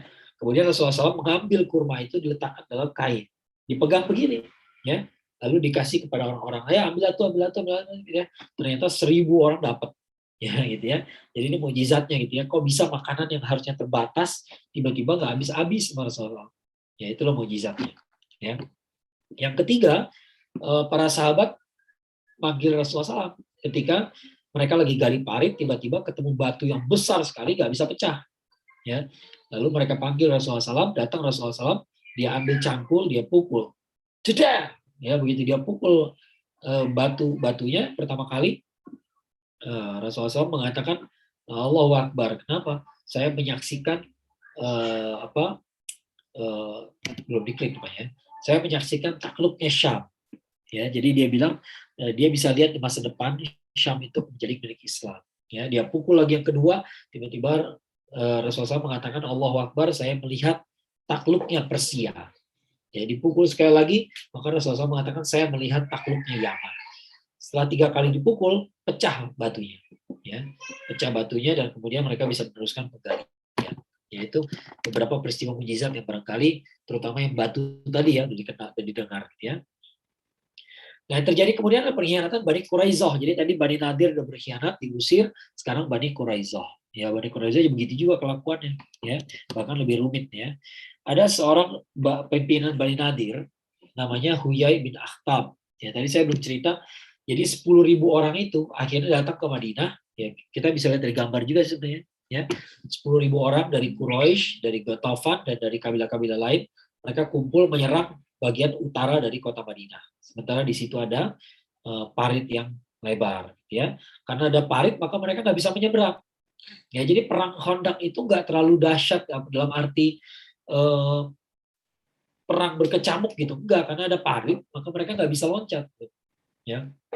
Maka mereka hanya lihat-lihatan aja, tembak-tembakan pakai panah gitu ya, tapi nggak bisa mendekat. Ya. Sementara di sisi lain orang Islam juga nggak bisa lari keluar. Ya. Nah, Huyai bin Akhtab ini adalah orang Bani Nadir, ya Bani Nadir yang dari Khaybar tadi ya, dia ternyata bisa menyelinap ke benteng Bani Quraizoh. Masuk dari mana kita nggak tahu, barangkali lewat dari gunung tadi gitu ya. Kalau gunung itu kan sendiri-sendiri ya bisa aja ya dilewatin. Gitu. Tapi kalau rame-rame susah gitu ya. Nah, Huyai itu mau memprovokasi Bani Quraizoh untuk menyerang Rasulullah SAW, menyerang kaum mukminin. Ya, awalnya Bani Quraizoh nggak mau. Ya, nama pemimpinnya namanya Ka'ab ya. Nah, Ka'ab ini tadinya nggak mau, Ka'ab bin Asad ya, dia nggak mau tadinya. Jadi nggak mau mengkhianati Rasulullah SAW. Ya, tapi karena diprovokasi pada akhirnya mau juga. Ya, nah tapi walaupun mau, mereka nggak berani, nggak pede. Ya, maka mereka tuh nggak langsung menyerang, mereka hanya memberikan logistik kepada musuh, kepada orang Bani Ghatafan dan orang-orang Quraisy gitu ya. Jadi dia dari, kalau kita lihat di gambar nih ya, Bani Quraisyah itu termasuk paling ujung selatan dari kota Madinah ya. Kemudian dia pergi ke perbatasan, dia gimana caranya dia loloskan perbekalan ke wilayah musuh ya. Sementara itu kaum munafik juga mulai mengajak kaumnya untuk meninggalkan pertempuran ya. Nah, setelah mengetahui pengkhianatan Bani Quraizoh, Rasulullah SAW berniat memberi imbalan kepada Bani Ghatafan. Jadi Rasulullah SAW punya ide tiba-tiba, ya. Lalu kemudian beliau diskusikan kepada beberapa sahabat, ya. Saya punya rencana, gimana kalau Bani Ghatafan ini kita bayar aja. Bani Ghatafan ya, Bani Ghatafan ini kita bayar aja. Kita janjikan aja sepertiga kurma Madinah buat ente. Asal ente mundur dari pertempuran. Nah, deal nggak gitu ya. Nah, kemudian Sa'ad bin Mu'adz dan Sa'ad bin Ubadah ini bertanya pada Rasulullah SAW, ya Rasulullah, ini pendapat antum pribadi atau wahyu dari Allah? Kalau wahyu dari Allah saya nyerah, ya kita nurut, gitu ya, sami'na wa ta'na. Tapi kalau ini adalah hasil pemikiran antum sendiri, saya boleh kasih usul nggak? Ya, apa usulnya? Sa'ad bin Mu'adz dan Sa'ad bin Ubadah ini kan orang Ansor, orang Madinah, gitu ya. Mereka cerita Bani Ghatafan tuh nggak bakal mau dibayar kayak gitu. Ya, jadi sifatnya nggak begitu gitu ya. Nah, bukan begitu caranya gitu ya. Maka akibatnya Rasulullah SAW menerima usulan tersebut. Ya, jadi bahkan Rasulullah SAW pun bermusyawarah dan beliau bisa menerima usulan dari orang lain. Yaitu pelajaran penting buat kita semua ya. Kita bukan Rasulullah SAW, dan maka kita lebih pantas lagi menerima nasihat dari orang lain. Ya. Nah, tiba-tiba muncul pertolongan Allah. Ya, ada seseorang bernama Nuaim bin Mas'ud. Ya, Nuaim ini menarik ya. Dia orang Bani Ghatafan rupanya. Ya, dia orang Bani Ghatafan. Dia tiba-tiba datang ke Madinah. Dia berhasil masuk gitu ya. Kemudian dia minta ketemu sama Rasulullah SAW. Begitu ketemu kata Rasulullah SAW, ya Rasulullah saya udah masuk Islam. Sebenarnya udah masuk Islam, tapi kaum saya nggak tahu.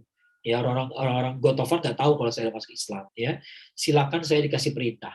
Ya, gimana caranya? Kemudian Rasulullah SAW mengatakan, ya coba kamu bantu saya sebaik-baiknya.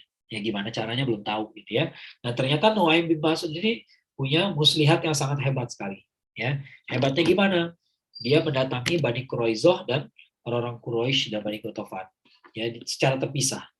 Bani Quraizoh itu kan ya dia kan orang Bani Ghatafan, dia orang Madinah juga. Jadi dia kenal sama orang Quraizoh, ya. Kebetulan dia kenal dekat dengan beberapa orang Bani Quraizoh, ya. Maka ketika berhadapan dengan orang Bani Quraizoh, Nuaim ini mengatakan bahwa apa kata dia gini, intinya begini, ini kan kota Madinah itu kota kamu juga, kota orang Bani Quraizoh kan berabad-abad tinggal di situ, ya. Nah, maka jangan sampai ketika kalau kita bersekutu sama orang-orang Quraisy gitu ya, ketika Quraisy sudah berhasil mengalahkan Muhammad, terus kita jadi jongosnya mereka gitu, ya. Oleh karena itu saran saya kata Nuaim ya, pokoknya kalau mereka minta tolong ya nggak usah diladenin, biarin aja lah ya, kecuali kalau mereka janji ngasih kita jaminan. Kalau nggak dikasih jaminan kita nggak usah bantu mereka ya. Ternyata orang Bani Quraizoh termakan dengan ungkapan demikian gitu ya. Nah, kemudian Nuaim ini datang juga kepada orang-orang Quraisy dan orang-orang Bani Ghatafan gitu ya. Orang Quraisy ini kan sekutu dia. Bani Ghatafan ya kaum dia sendiri, ya. Nah, kepada mereka Nuaim mengatakan bahwa Bani Quraisyah diam-diam sudah menyesal telah mengkhianati Rasulullah SAW. Ya, karena itu mereka nggak bisa dipercaya lagi, ya. Nah, padahal belum, padahal nggak ada Bani Quraisyah menyesali tindakan mereka gitu ya. Ini budayanya Nuaim aja, ya.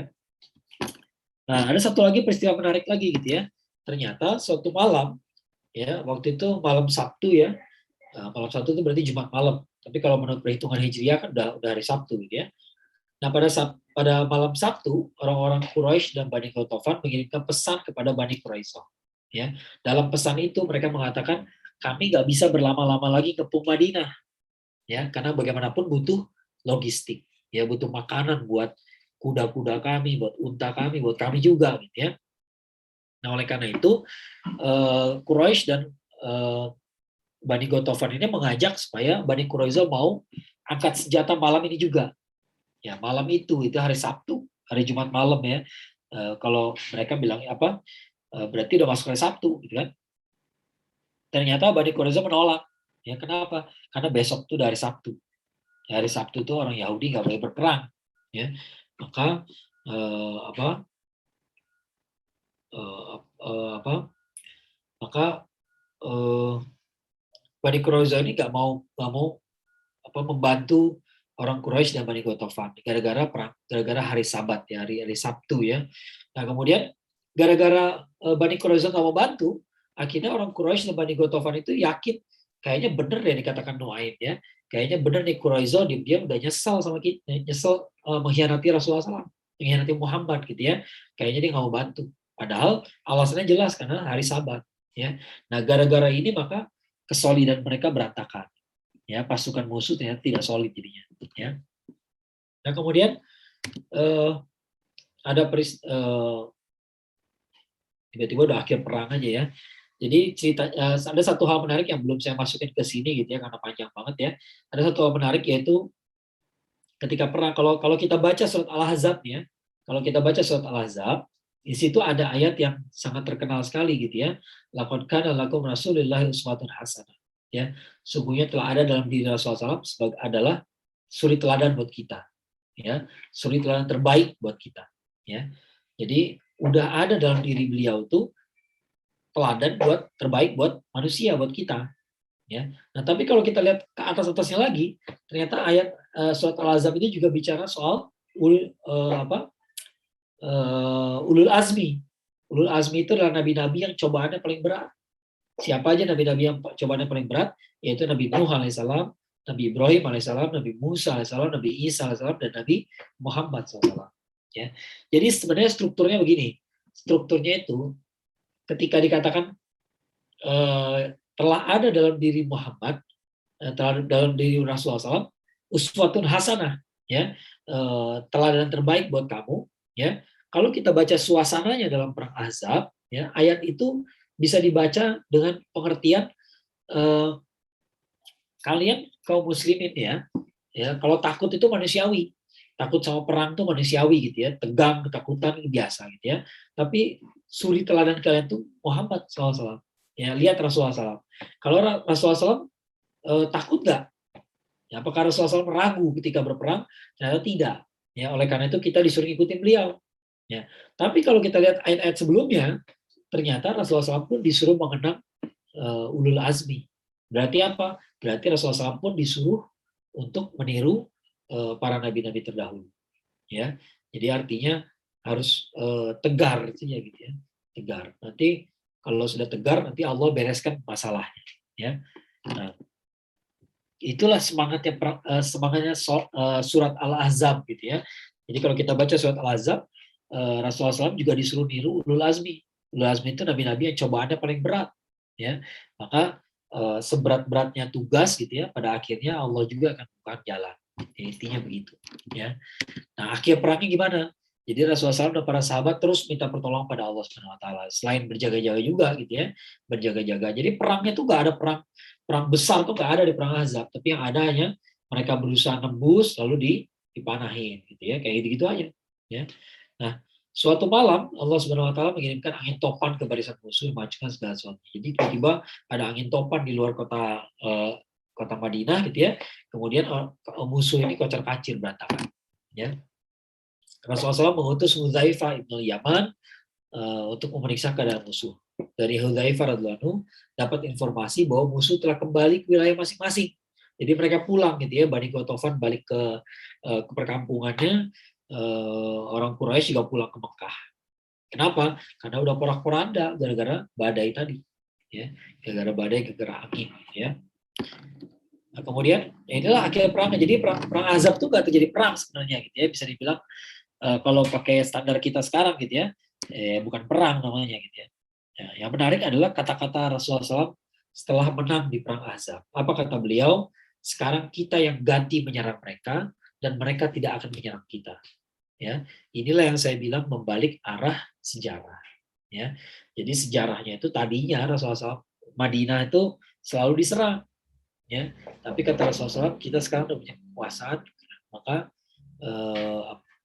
Madinah itu udah hebat, maka ganti yang Madinah yang menyerang kota Mekah. Jadi setelah pembicaraan hari ini gitu ya, maka kita akan bahas perjalanan menuju Mekah. Udah nggak di Madinah lagi gitu ya, udah mulai bergerak menuju Mekah. Ya, kenapa sih Rasulullah SAW pede banget kayak begitu? Padahal perangnya nggak terjadi gitu ya, perangnya nggak terjadi, walaupun menang, tapi kan perangnya nggak terjadi, jadi kita nggak tahu persis sebenarnya kenapa Islam kaum Muslim itu lebih hebat apa enggak sih sebenarnya dibanding musuh gitu ya. Tapi kok Rasulullah SAW pede banget begini?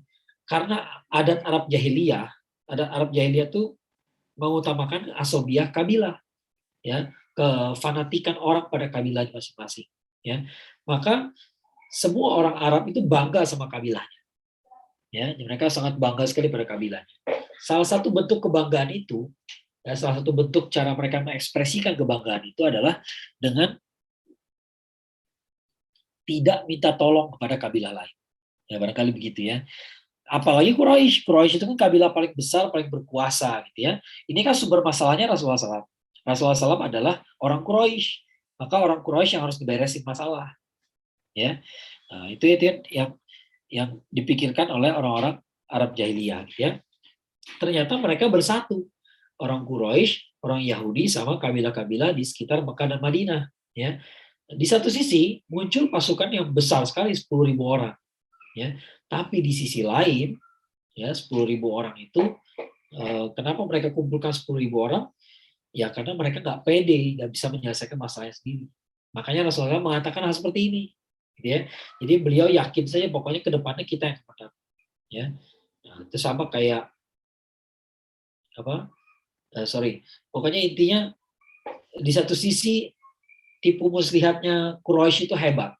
Mereka bisa ngumpulin orang banyak untuk menyerang Madinah. Tapi di sisi lain itu menunjukkan ketidakpedean dia. Ya, makanya Rasulullah SAW mengatakan udah selesai, kita yang ganti menyerang mereka, mereka nggak akan menyerang kita.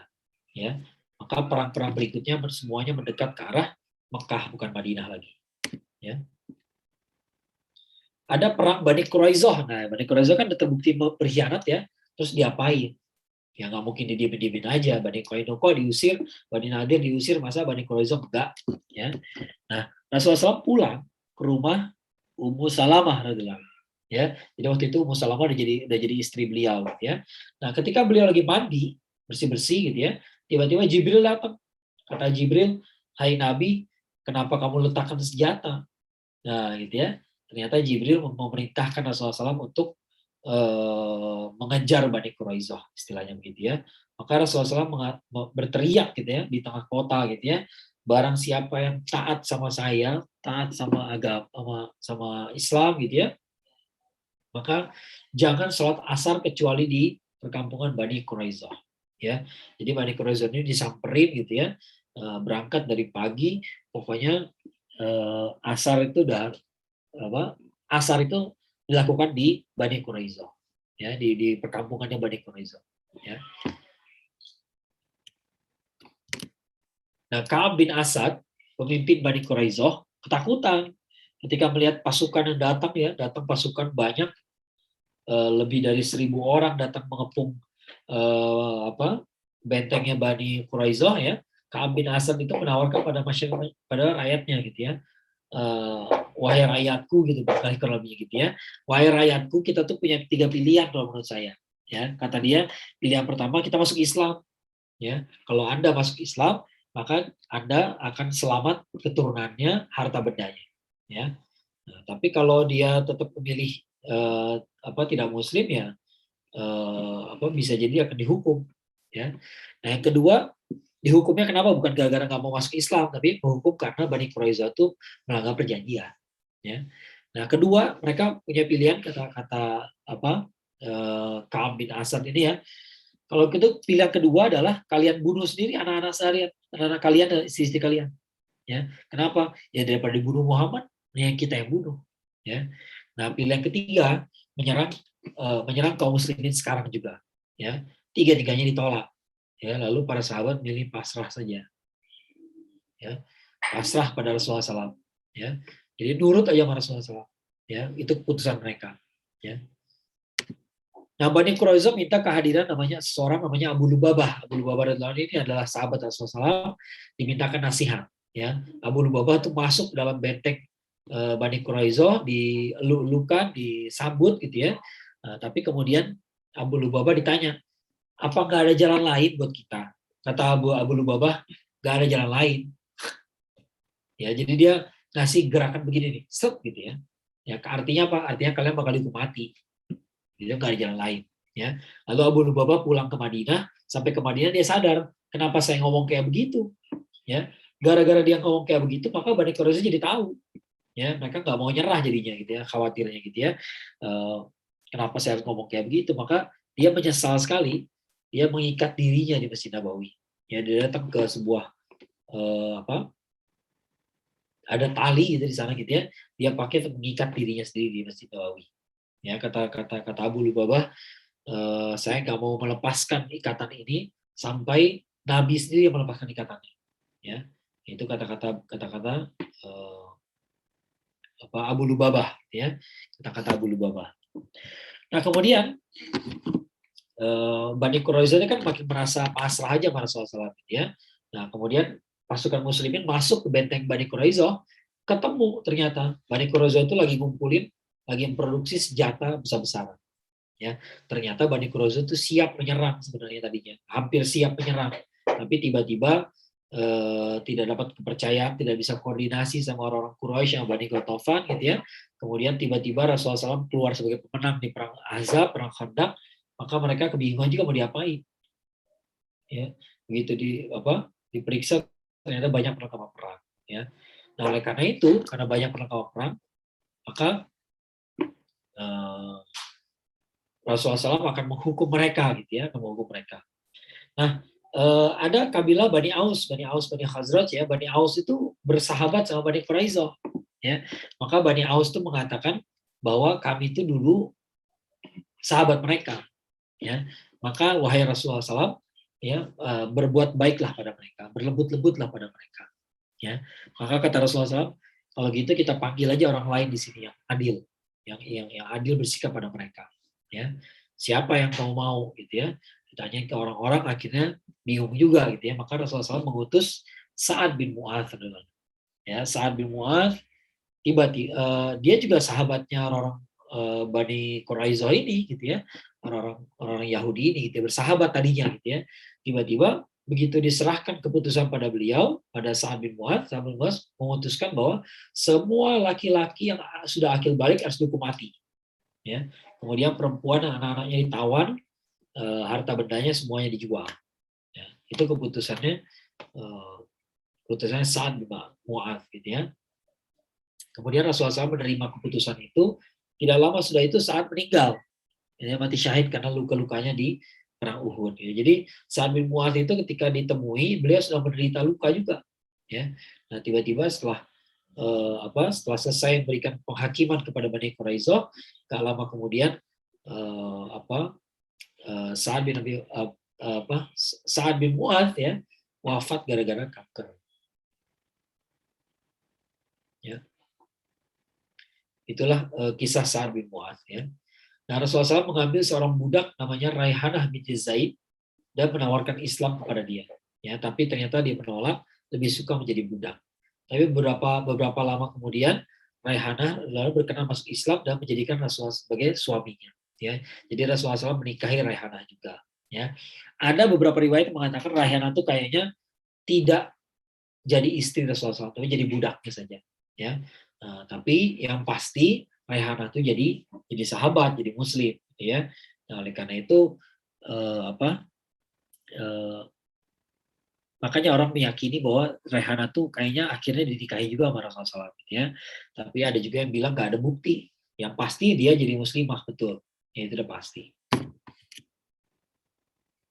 Nah, inilah kisah-kisah perang Khandaq. Seperti yang saya bilang tadi ya,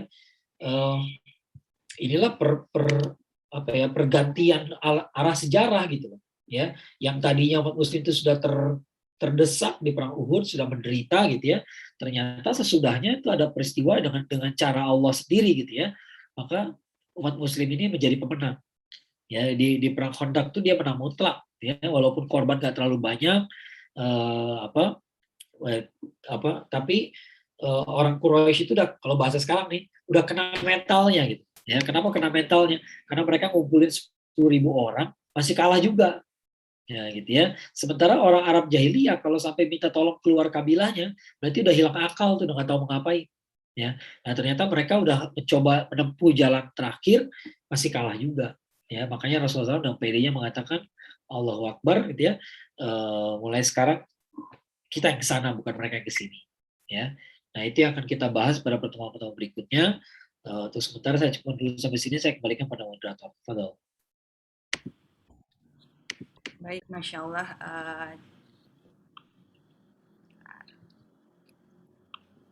Baik, Masya Allah, tadi ceritanya akhirnya berakhir juga di kota Madinah ya Ustadz, ya begitu panjang dengan berbagai kejadian yang terjadi, dari ada perang Uhud yang kemarin, kemudian juga ada tadi kasus pembantaian para sahabat yang akhirnya juga ditutup dengan perang Khandaq dan dimenangkan oleh Rasulullah, dan kita mungkin saatnya kata Rasul membalikan arah sejarah, yaitu nanti Rasul dan sahabat akan menuju keluar dari kota Madinah. Itu kita simak minggu depan insya Allah.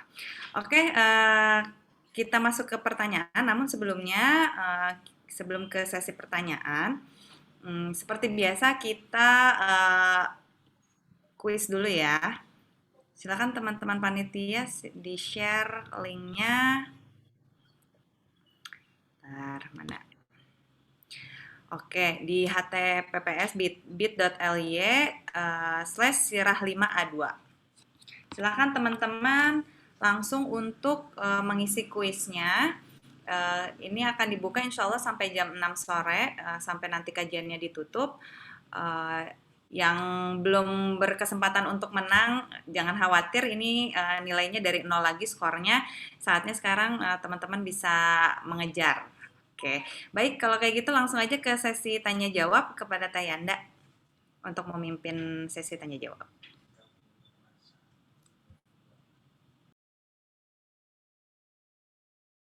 Oke, terima kasih Teh Ami.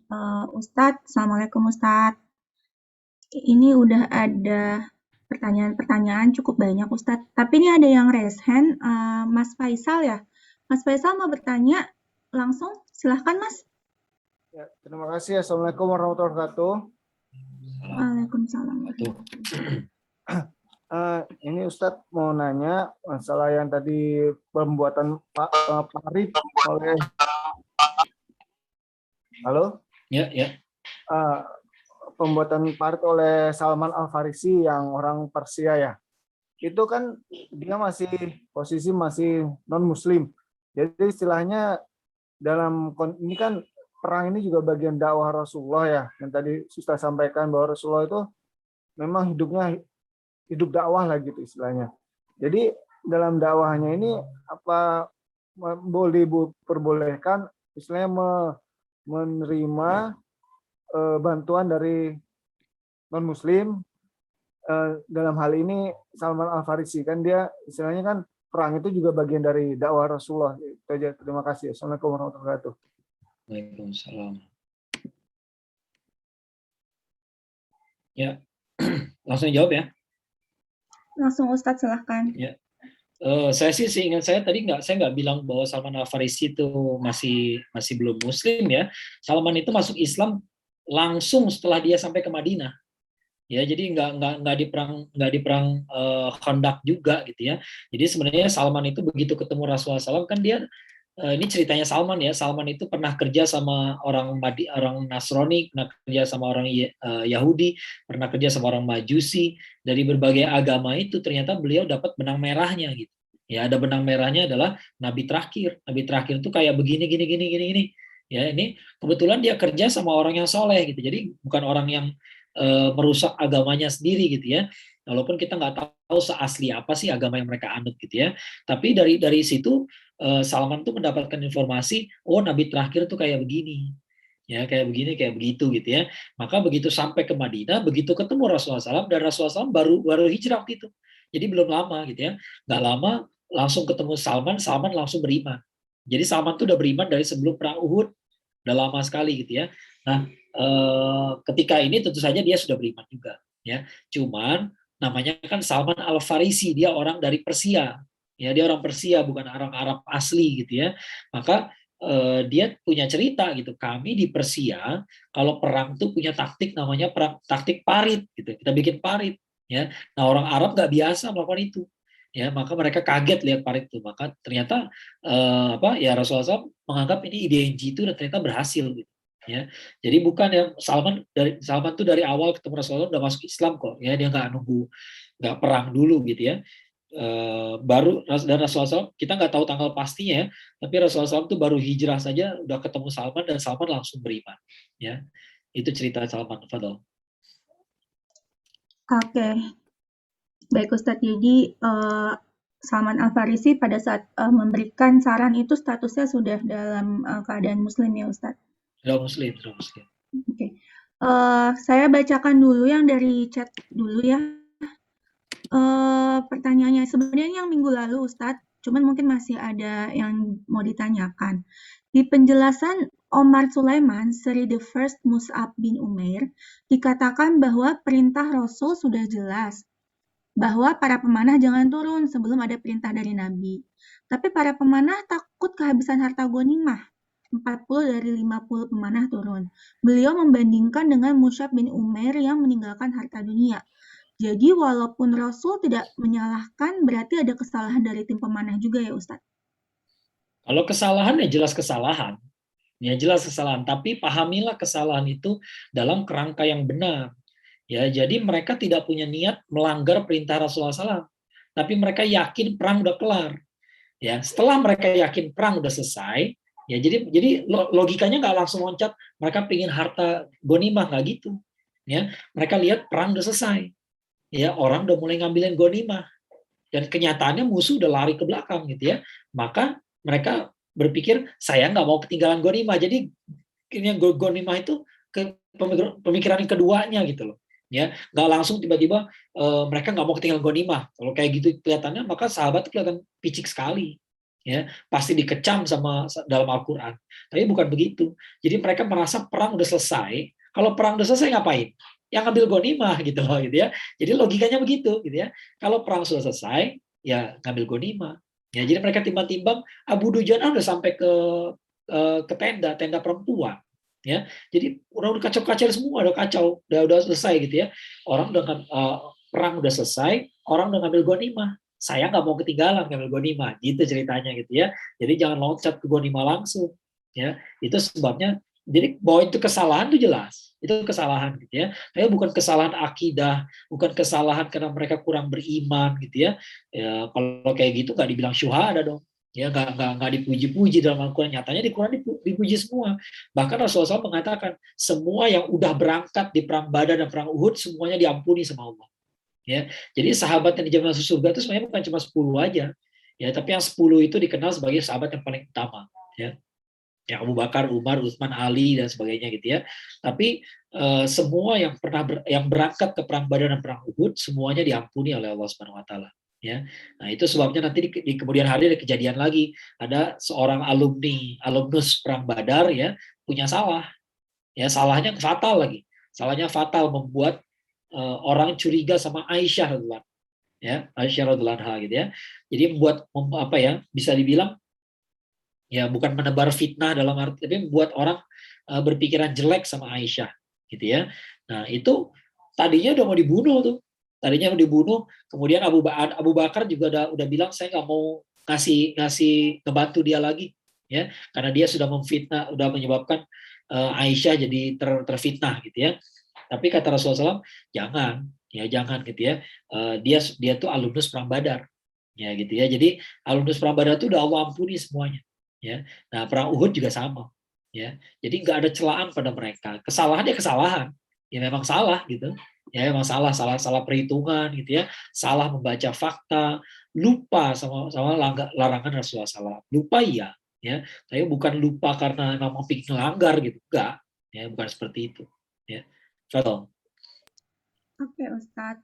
Lanjut ke yang raise hand, silakan Pak Yogi. Ya, baik. Assalamualaikum Ustadz. Tadi jadinya bertanya lewat chat. Oh iya ya. Ya, mau bertanya Ustadz. Jadi di perang Ahzab ini kan sahabat Sa'ad bin Mu'adz mengalami luka dan sempat dirawat di Masjid Nabawi, namun akhirnya tidak terselamatkan ya. Dan ketika sahabat Sa'ad bin Mu'adz radhiyallahu anhu wafat, Nabi mengatakan arsy Allah bergetar. Nah, yang saya mau tanyakan, apa kemuliaan atau hal istimewa yang pernah dilakukan oleh sahabat Sa'ad bin Mu'adz ini sehingga mendapatkan kemuliaan seperti itu? Syukran Ustaz. Ya. Istimewaan beliau tuh banyak ya. Yang pasti beliau tuh termasuk pemuka dari kabilah Bani Aus. Ya, dia pemuka dari kabilah Bani Aus. Dia termasuk yang pertama-tama beriman dari Bani Aus. Dia termasuk orang yang didakwahi langsung sama Mus'ab bin Umair kalau nggak salah ya, dan gara-gara beliau masuk Islam maka lancarlah dakwah di kabilah Bani Aus gitu ya. Jadi dia termasuk as-sabiqun al-awwalun kalau di antara kaum Ansor gitu ya, orang-orang Ansor. Kemudian beliau juga orang yang selalu berbicara sebagai perwakilannya orang Ansor ya, selalu ya, termasuk di perang Badar. Di perang Badar itu Rasulullah SAW kan bermusyawarah dulu ya, kita 300 orang tadinya mau mencegat kafilah dagang, yang ketemu malah pasukan bersenjata lengkap, berbaju besi lengkap gitu ya. Mau dilanjutin kan nih perangnya? Apa kita pulang aja? Ya, begitu nanya ke orang muhajirin bilang pokoknya kita siap perang. Orang muhajirin kedua bilang pokoknya kita nggak takut mati. Ya orang muhajirin ngomong kayak begitu. Padahal orang muhajirin cuma ada berapa orang ya di situ ya? Cuma ada 50 orang ya kalau nggak salah ya, sekitar 50 orang, 180-nya 230 80 ya, 80 orang ya. Sementara 230-nya adalah orang Ansor. Ya, makanya Rasulullah SAW tidak mau memutuskan perang sebelum orang Ansor ngomong. Nah, yang ngomong pertama kali itu Sa'ad bin Mu'adz. Kata Sa'ad bin Mu'adz, sepertinya Anda menunggu kami ya Rasulullah. Ya, iya saya menunggu Anda bicara, menunggu kalian bicara maksudnya gitu ya. Maka kata Sa'ad bin Mu'adz, kami ini sudah beriman sama engkau. Jadi engkau mau ajak kami ke negeri yang paling jauh, kami berangkat. Engkau pimpin kami ke laut terdalam pun kami nyemplung gitu istilahnya gitu ya. Kalau mau disuruh nyemplung ke laut, yuk kita pergi ke laut gitu sekarang gitu ya. Pokoknya kita nggak akan mundur gitu ya. Nah, banyak istimewa beliau nggak pernah di orang Ansor, tapi sangat aktif sekali setelah masuk Islam itu, sangat aktif sekali ya, aktif berdakwah, berjihad, nggak pernah ketinggalan ya, sampai perang Ahzab itu ya beliau selalu terlibat ya, perang Badar ikut, perang Uhud ikut, perang Ahzab juga ikut, di perang Uhud juga. Saya nggak tahu saya cerita apa enggak ya, ketika berangkat dari Madinah ya, rombongan pasukan Rasulullah SAW waktu masih 1.300 orang ya, sebelum 300 orang itu pulang jadi tinggal 1.000 gitu ya, sebelum pulang itu hanya ada 2 sahabat Nabi yang pakai baju besi ya, pakai baju besi itu dua Sa'ad ya, Sa'ad bin Mu'adz dan Sa'ad bin Ubadah. Jadi dua-duanya orang Ansor gitu ya, mereka berdua. Jadi Rasulullah SAW naik unta di depan ya. Nah, di depan Rasulullah SAW cuma ada 2 orang itu, Sa'ad bin Mu'adz dan Sa'ad bin Ubadah ya.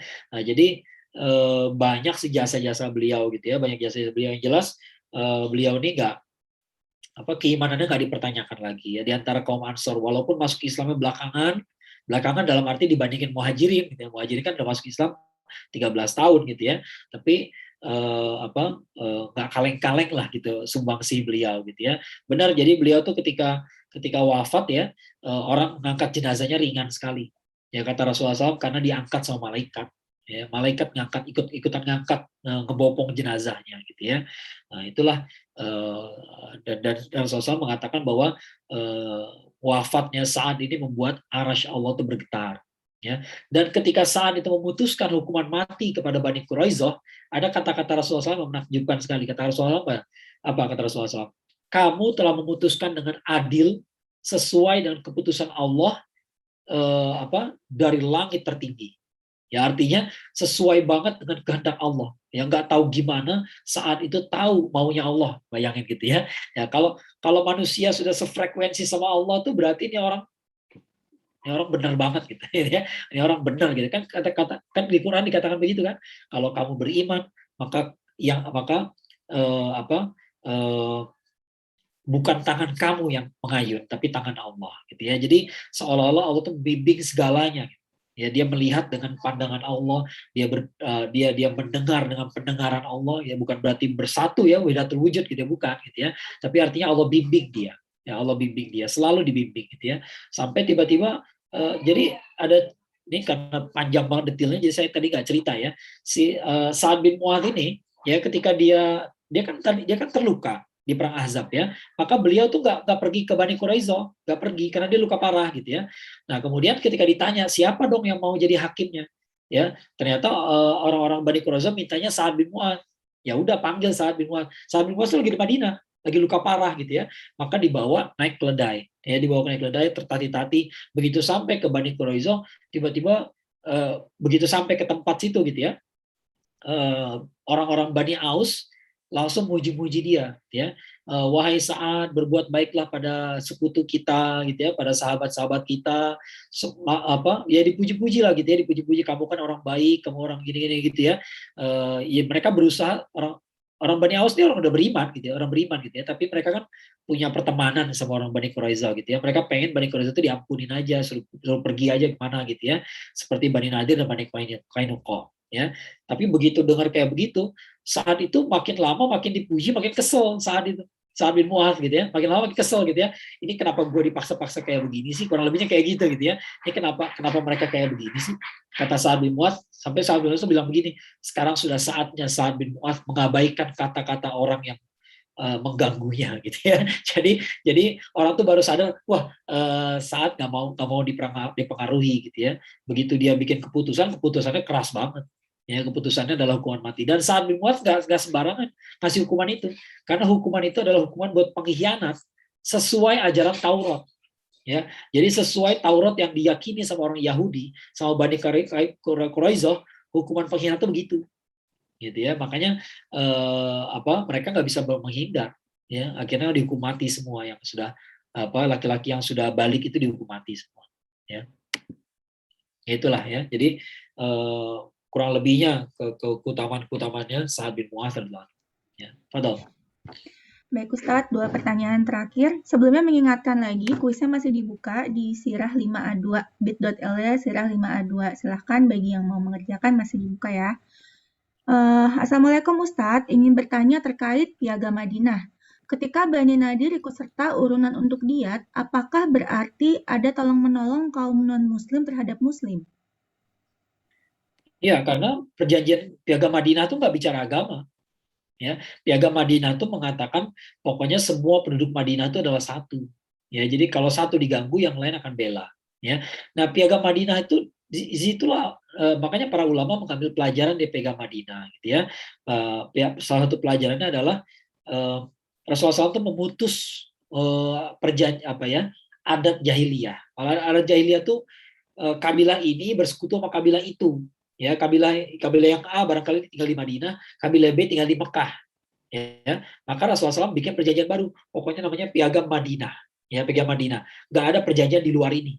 Ya, pokoknya yang sekutu itu kita. Ya, sekutu kita. Kita tuh siapa? Orang Islam, orang musyrik, kayak orang Yahudi, semua tinggal di Madinah tuh. Kita punya perjanjian yang sama, gitu ya. Makanya sebagian ulama mengatakan jangan terlalu anti banget, jangan mengatakan bahwa kita harus bikin aturan berdasarkan Islam sementara negara kita masih masih aneh-aneh pemahamannya gitu ya. Rasulullah SAW juga dulu menerima juga piagam Madinah, nggak langsung mengatakan saya nabi, pokoknya kalian beriman semua, kalau nggak beriman keluar semua dari gitu ya. Nggak bisa kayak begitu. Ya, itu nggak strategis kayak begitu. Nanti kita perang sama semua orang. Lihat Rasulullah SAW, beliau kan nggak menghandle semuanya sekaligus. Ada 3 kabilah, 3-tiganya dihandle secara terpisah, nggak sekaligus diusir. Ya, padahal udah tahu kan Yahudi itu sangat khianat ya, tapi nggak diusir di hari pertama. Ya, dibikin perjanjian dulu. Begitu udah melanggar, baru disikat. Ya, disikatnya satu persatu. Ya, nggak langsung sekaligus. Ya, nggak semuanya disikat. Bani Gotofan aja. Orang-orang Najd aja, jangan semuanya dihajar sekaligus, dihajar semuanya, dihajar terus, nggak kuat, ya. Nah, itu salah satu pelajarannya gitu ya. Jadi kita boleh loh bikin perjanjian atas nama bangsa Indonesia gitu ya. Nggak bukan sesuatu yang haram. Kadang-kadang ada orang yang ekstrim mengatakan nasionalisme itu haram gitu ya. Padahal piagam Madinah menggunakan bahasa yang kayak begitu. Ya, bahasa-bahasa seperti itu gitu ya. Nah, ketika mereka khianat baru mereka kena batunya. Ya. Nah, tapi ketika mereka khianat umat Islam udah kuat, ya gitu ya. Nah, Bani Nadir itu mau mereka bilang mereka mau ikut nyumbang diat, tapi nyatanya kan enggak. Nyatanya mereka mau bunuh Rasulullah SAW kan. Rasulullah SAW cuma udah pergi sebelum pembunuhan itu terjadi. Ya, nah, jadi diatnya nggak sempat diambil uangnya, ya nggak sempat diambil, kemudian ditindak lah, gitu ya, Bani Nadir. Itu ceritanya. Fadol. Ustaz, ada 2 pertanyaan lagi, mungkin kita jawab dengan cepat, Ya. karena waktu di jam segini. Tadi di peta perang Ahzab atau perang Khandaq itu masih ada Bani Nadir ya petanya, bukankah saat itu mereka sudah diusir, Ustaz? Ya, itu petanya aja, peta wilayah doang. Ya, menunjukkan itu wilayahnya Bani Nadir aslinya, gitu. Tapi orangnya sudah diusir, gitu ya. Ya, bukan peta menunjukkan tempat, bukan orang. ya, itu lagi. Ada lagi? Assalamualaikum Ustadz, bertanya mengenai pembunuhan lelaki dewasa dari Bani Quraizah. Kalau ada yang ngomentarin Islam kejam, gimana jawabnya Ustadz? Jazakallah. Ya, pertama itu adalah hukum di Taurat. Itu hukum di Taurat, jadi hukum yang mereka imani sendiri. Cuman kan orang Yahudi gitu kelakuannya. Ya, hukumnya ada tapi nggak dipraktekin. Ya, makanya Rasulullah SAW pernah mengatakan apa hukuman buat pezina dalam agama, dalam Taurat gitu ya, hukumnya adalah rajam. Ya, kalau pezina tapi sudah menikah gitu ya, hukumannya rajam. Kata Rasulullah SAW, saya lebih berhak atas Musa daripada kalian. Jadi kalau Nabi Musa melaksanakan itu, maka saya lebih berhak lagi nerusin itu.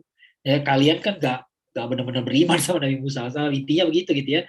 Maka itulah orang Yahudi gitu ya. Itu satu gitu ya, satu.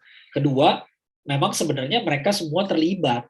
Ya, itu masalahnya gitu ya. Kenapa? Nah, inilah pentingnya kita nahi mungkar. Ya, itulah jeleknya orang-orang ahli kitab tuh begitu gitu. Mereka nggak ada nahi mungkar gitu. Sehingga ketika yang satu berbuat mengajak pada kemungkaran, yang lain nggak ada yang mencegah. Ya, jadi ada pertanyaan misalnya gitu ya, kenapa semuanya dieksekusi? Ya, padahal kan nggak semuanya barangkali bersepakat. Iya, nggak semuanya bersepakat, tapi yang lainnya mendiamkan.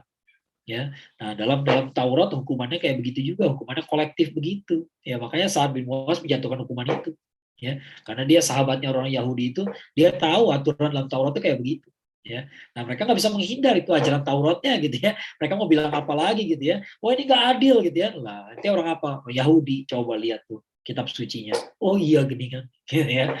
Ternyata gitu ya, akhirnya dieksekusi. Ya, nah, itulah. Oke, clear Ustadz. Pertanyaannya sudah habis. Kalau gitu kita kembali lagi ke Teh Ami. Mangga Teh Ami. Ya, alhamdulillah. Ya. Alhamdulillah udah selesai sesi Q&A. Buat teman-teman yang belum mengisi kuisnya, silakan masih dibuka kuisnya di bit.ly/sirah5a2. Insya Allah akan dibuka terus dan akan ditutup jam 6 sore ini. Oke, Ustadz, karena pertanyaan alhamdulillah sudah terjawab semua, minta tolong untuk menutup kajian sore ini dengan doa. Ya, kita awali doa kita seperti biasa dengan Ummul Quran, surat Al-Fatihah. A'udzubillahi minasyaitonirrajim. Bismillahirrahmanirrahim. Alhamdulillahirabbil alamin. Arrahmanirrahim. Maliki yaumiddin. إياك نعبد وإياك نستعين اهدنا الصراط المستقيم صراط الذين أنعمت عليهم غير المغضوب عليهم ولا الضالين آمين. اللهم صل على محمد وعلى آل محمد كما صليت على إبراهيم وعلى آل إبراهيم إنك حميد مجيد وبارك على محمد وعلى آل محمد كما باركت على إبراهيم وعلى آل إبراهيم إنك حميد مجيد. ربنا ظلمنا أنفسنا وإن لم تغفر لنا وترحمنا لنكونن من الخاسرين. ربنا لا تزغ قلوبنا بعد إذ هديتنا وهب لنا من لدنك رحمة إنك أنت الوهاب. ربنا لا تؤاخذنا إن نسينا وأخطأنا. ربنا ولا تحمل علينا إصرا كما حملته على الذين من قبلنا. ربنا ولا تحملنا ما لا طاقة لنا به واعف عنا واغفر لنا وارحمنا أنت مولانا فانصرنا على القوم الكافرين. اللهم أعز الإسلام والمسلمين. اللهم أجرنا من النار. ربي اغفر لنا ولوالدينا وارحمهما كما ربيانا صغارا. ربنا هب لنا من أزواجنا وذرياتنا قرة أعين واجعلنا للمتقين إماما.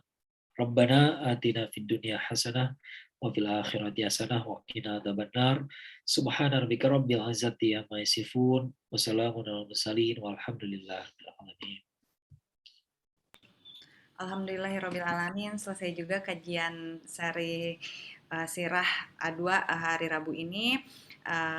Saya Ami atas nama keluarga A2 mohon maaf apabila banyak kesalahan dalam penyelenggaraan sore ini. Jazakallahu khair untuk Ustadz, jazakumullah khair untuk teman-teman yang udah hadir. Mari kita tutup kajian sore ini dengan doa kafaratul majelis. Subhanakallahumma wa bihamdika asyhadu alla ilaha illa anta astaghfiruka wa atubu ilaik. Wassalamualaikum warahmatullahi wabarakatuh. Waalaikumsalam.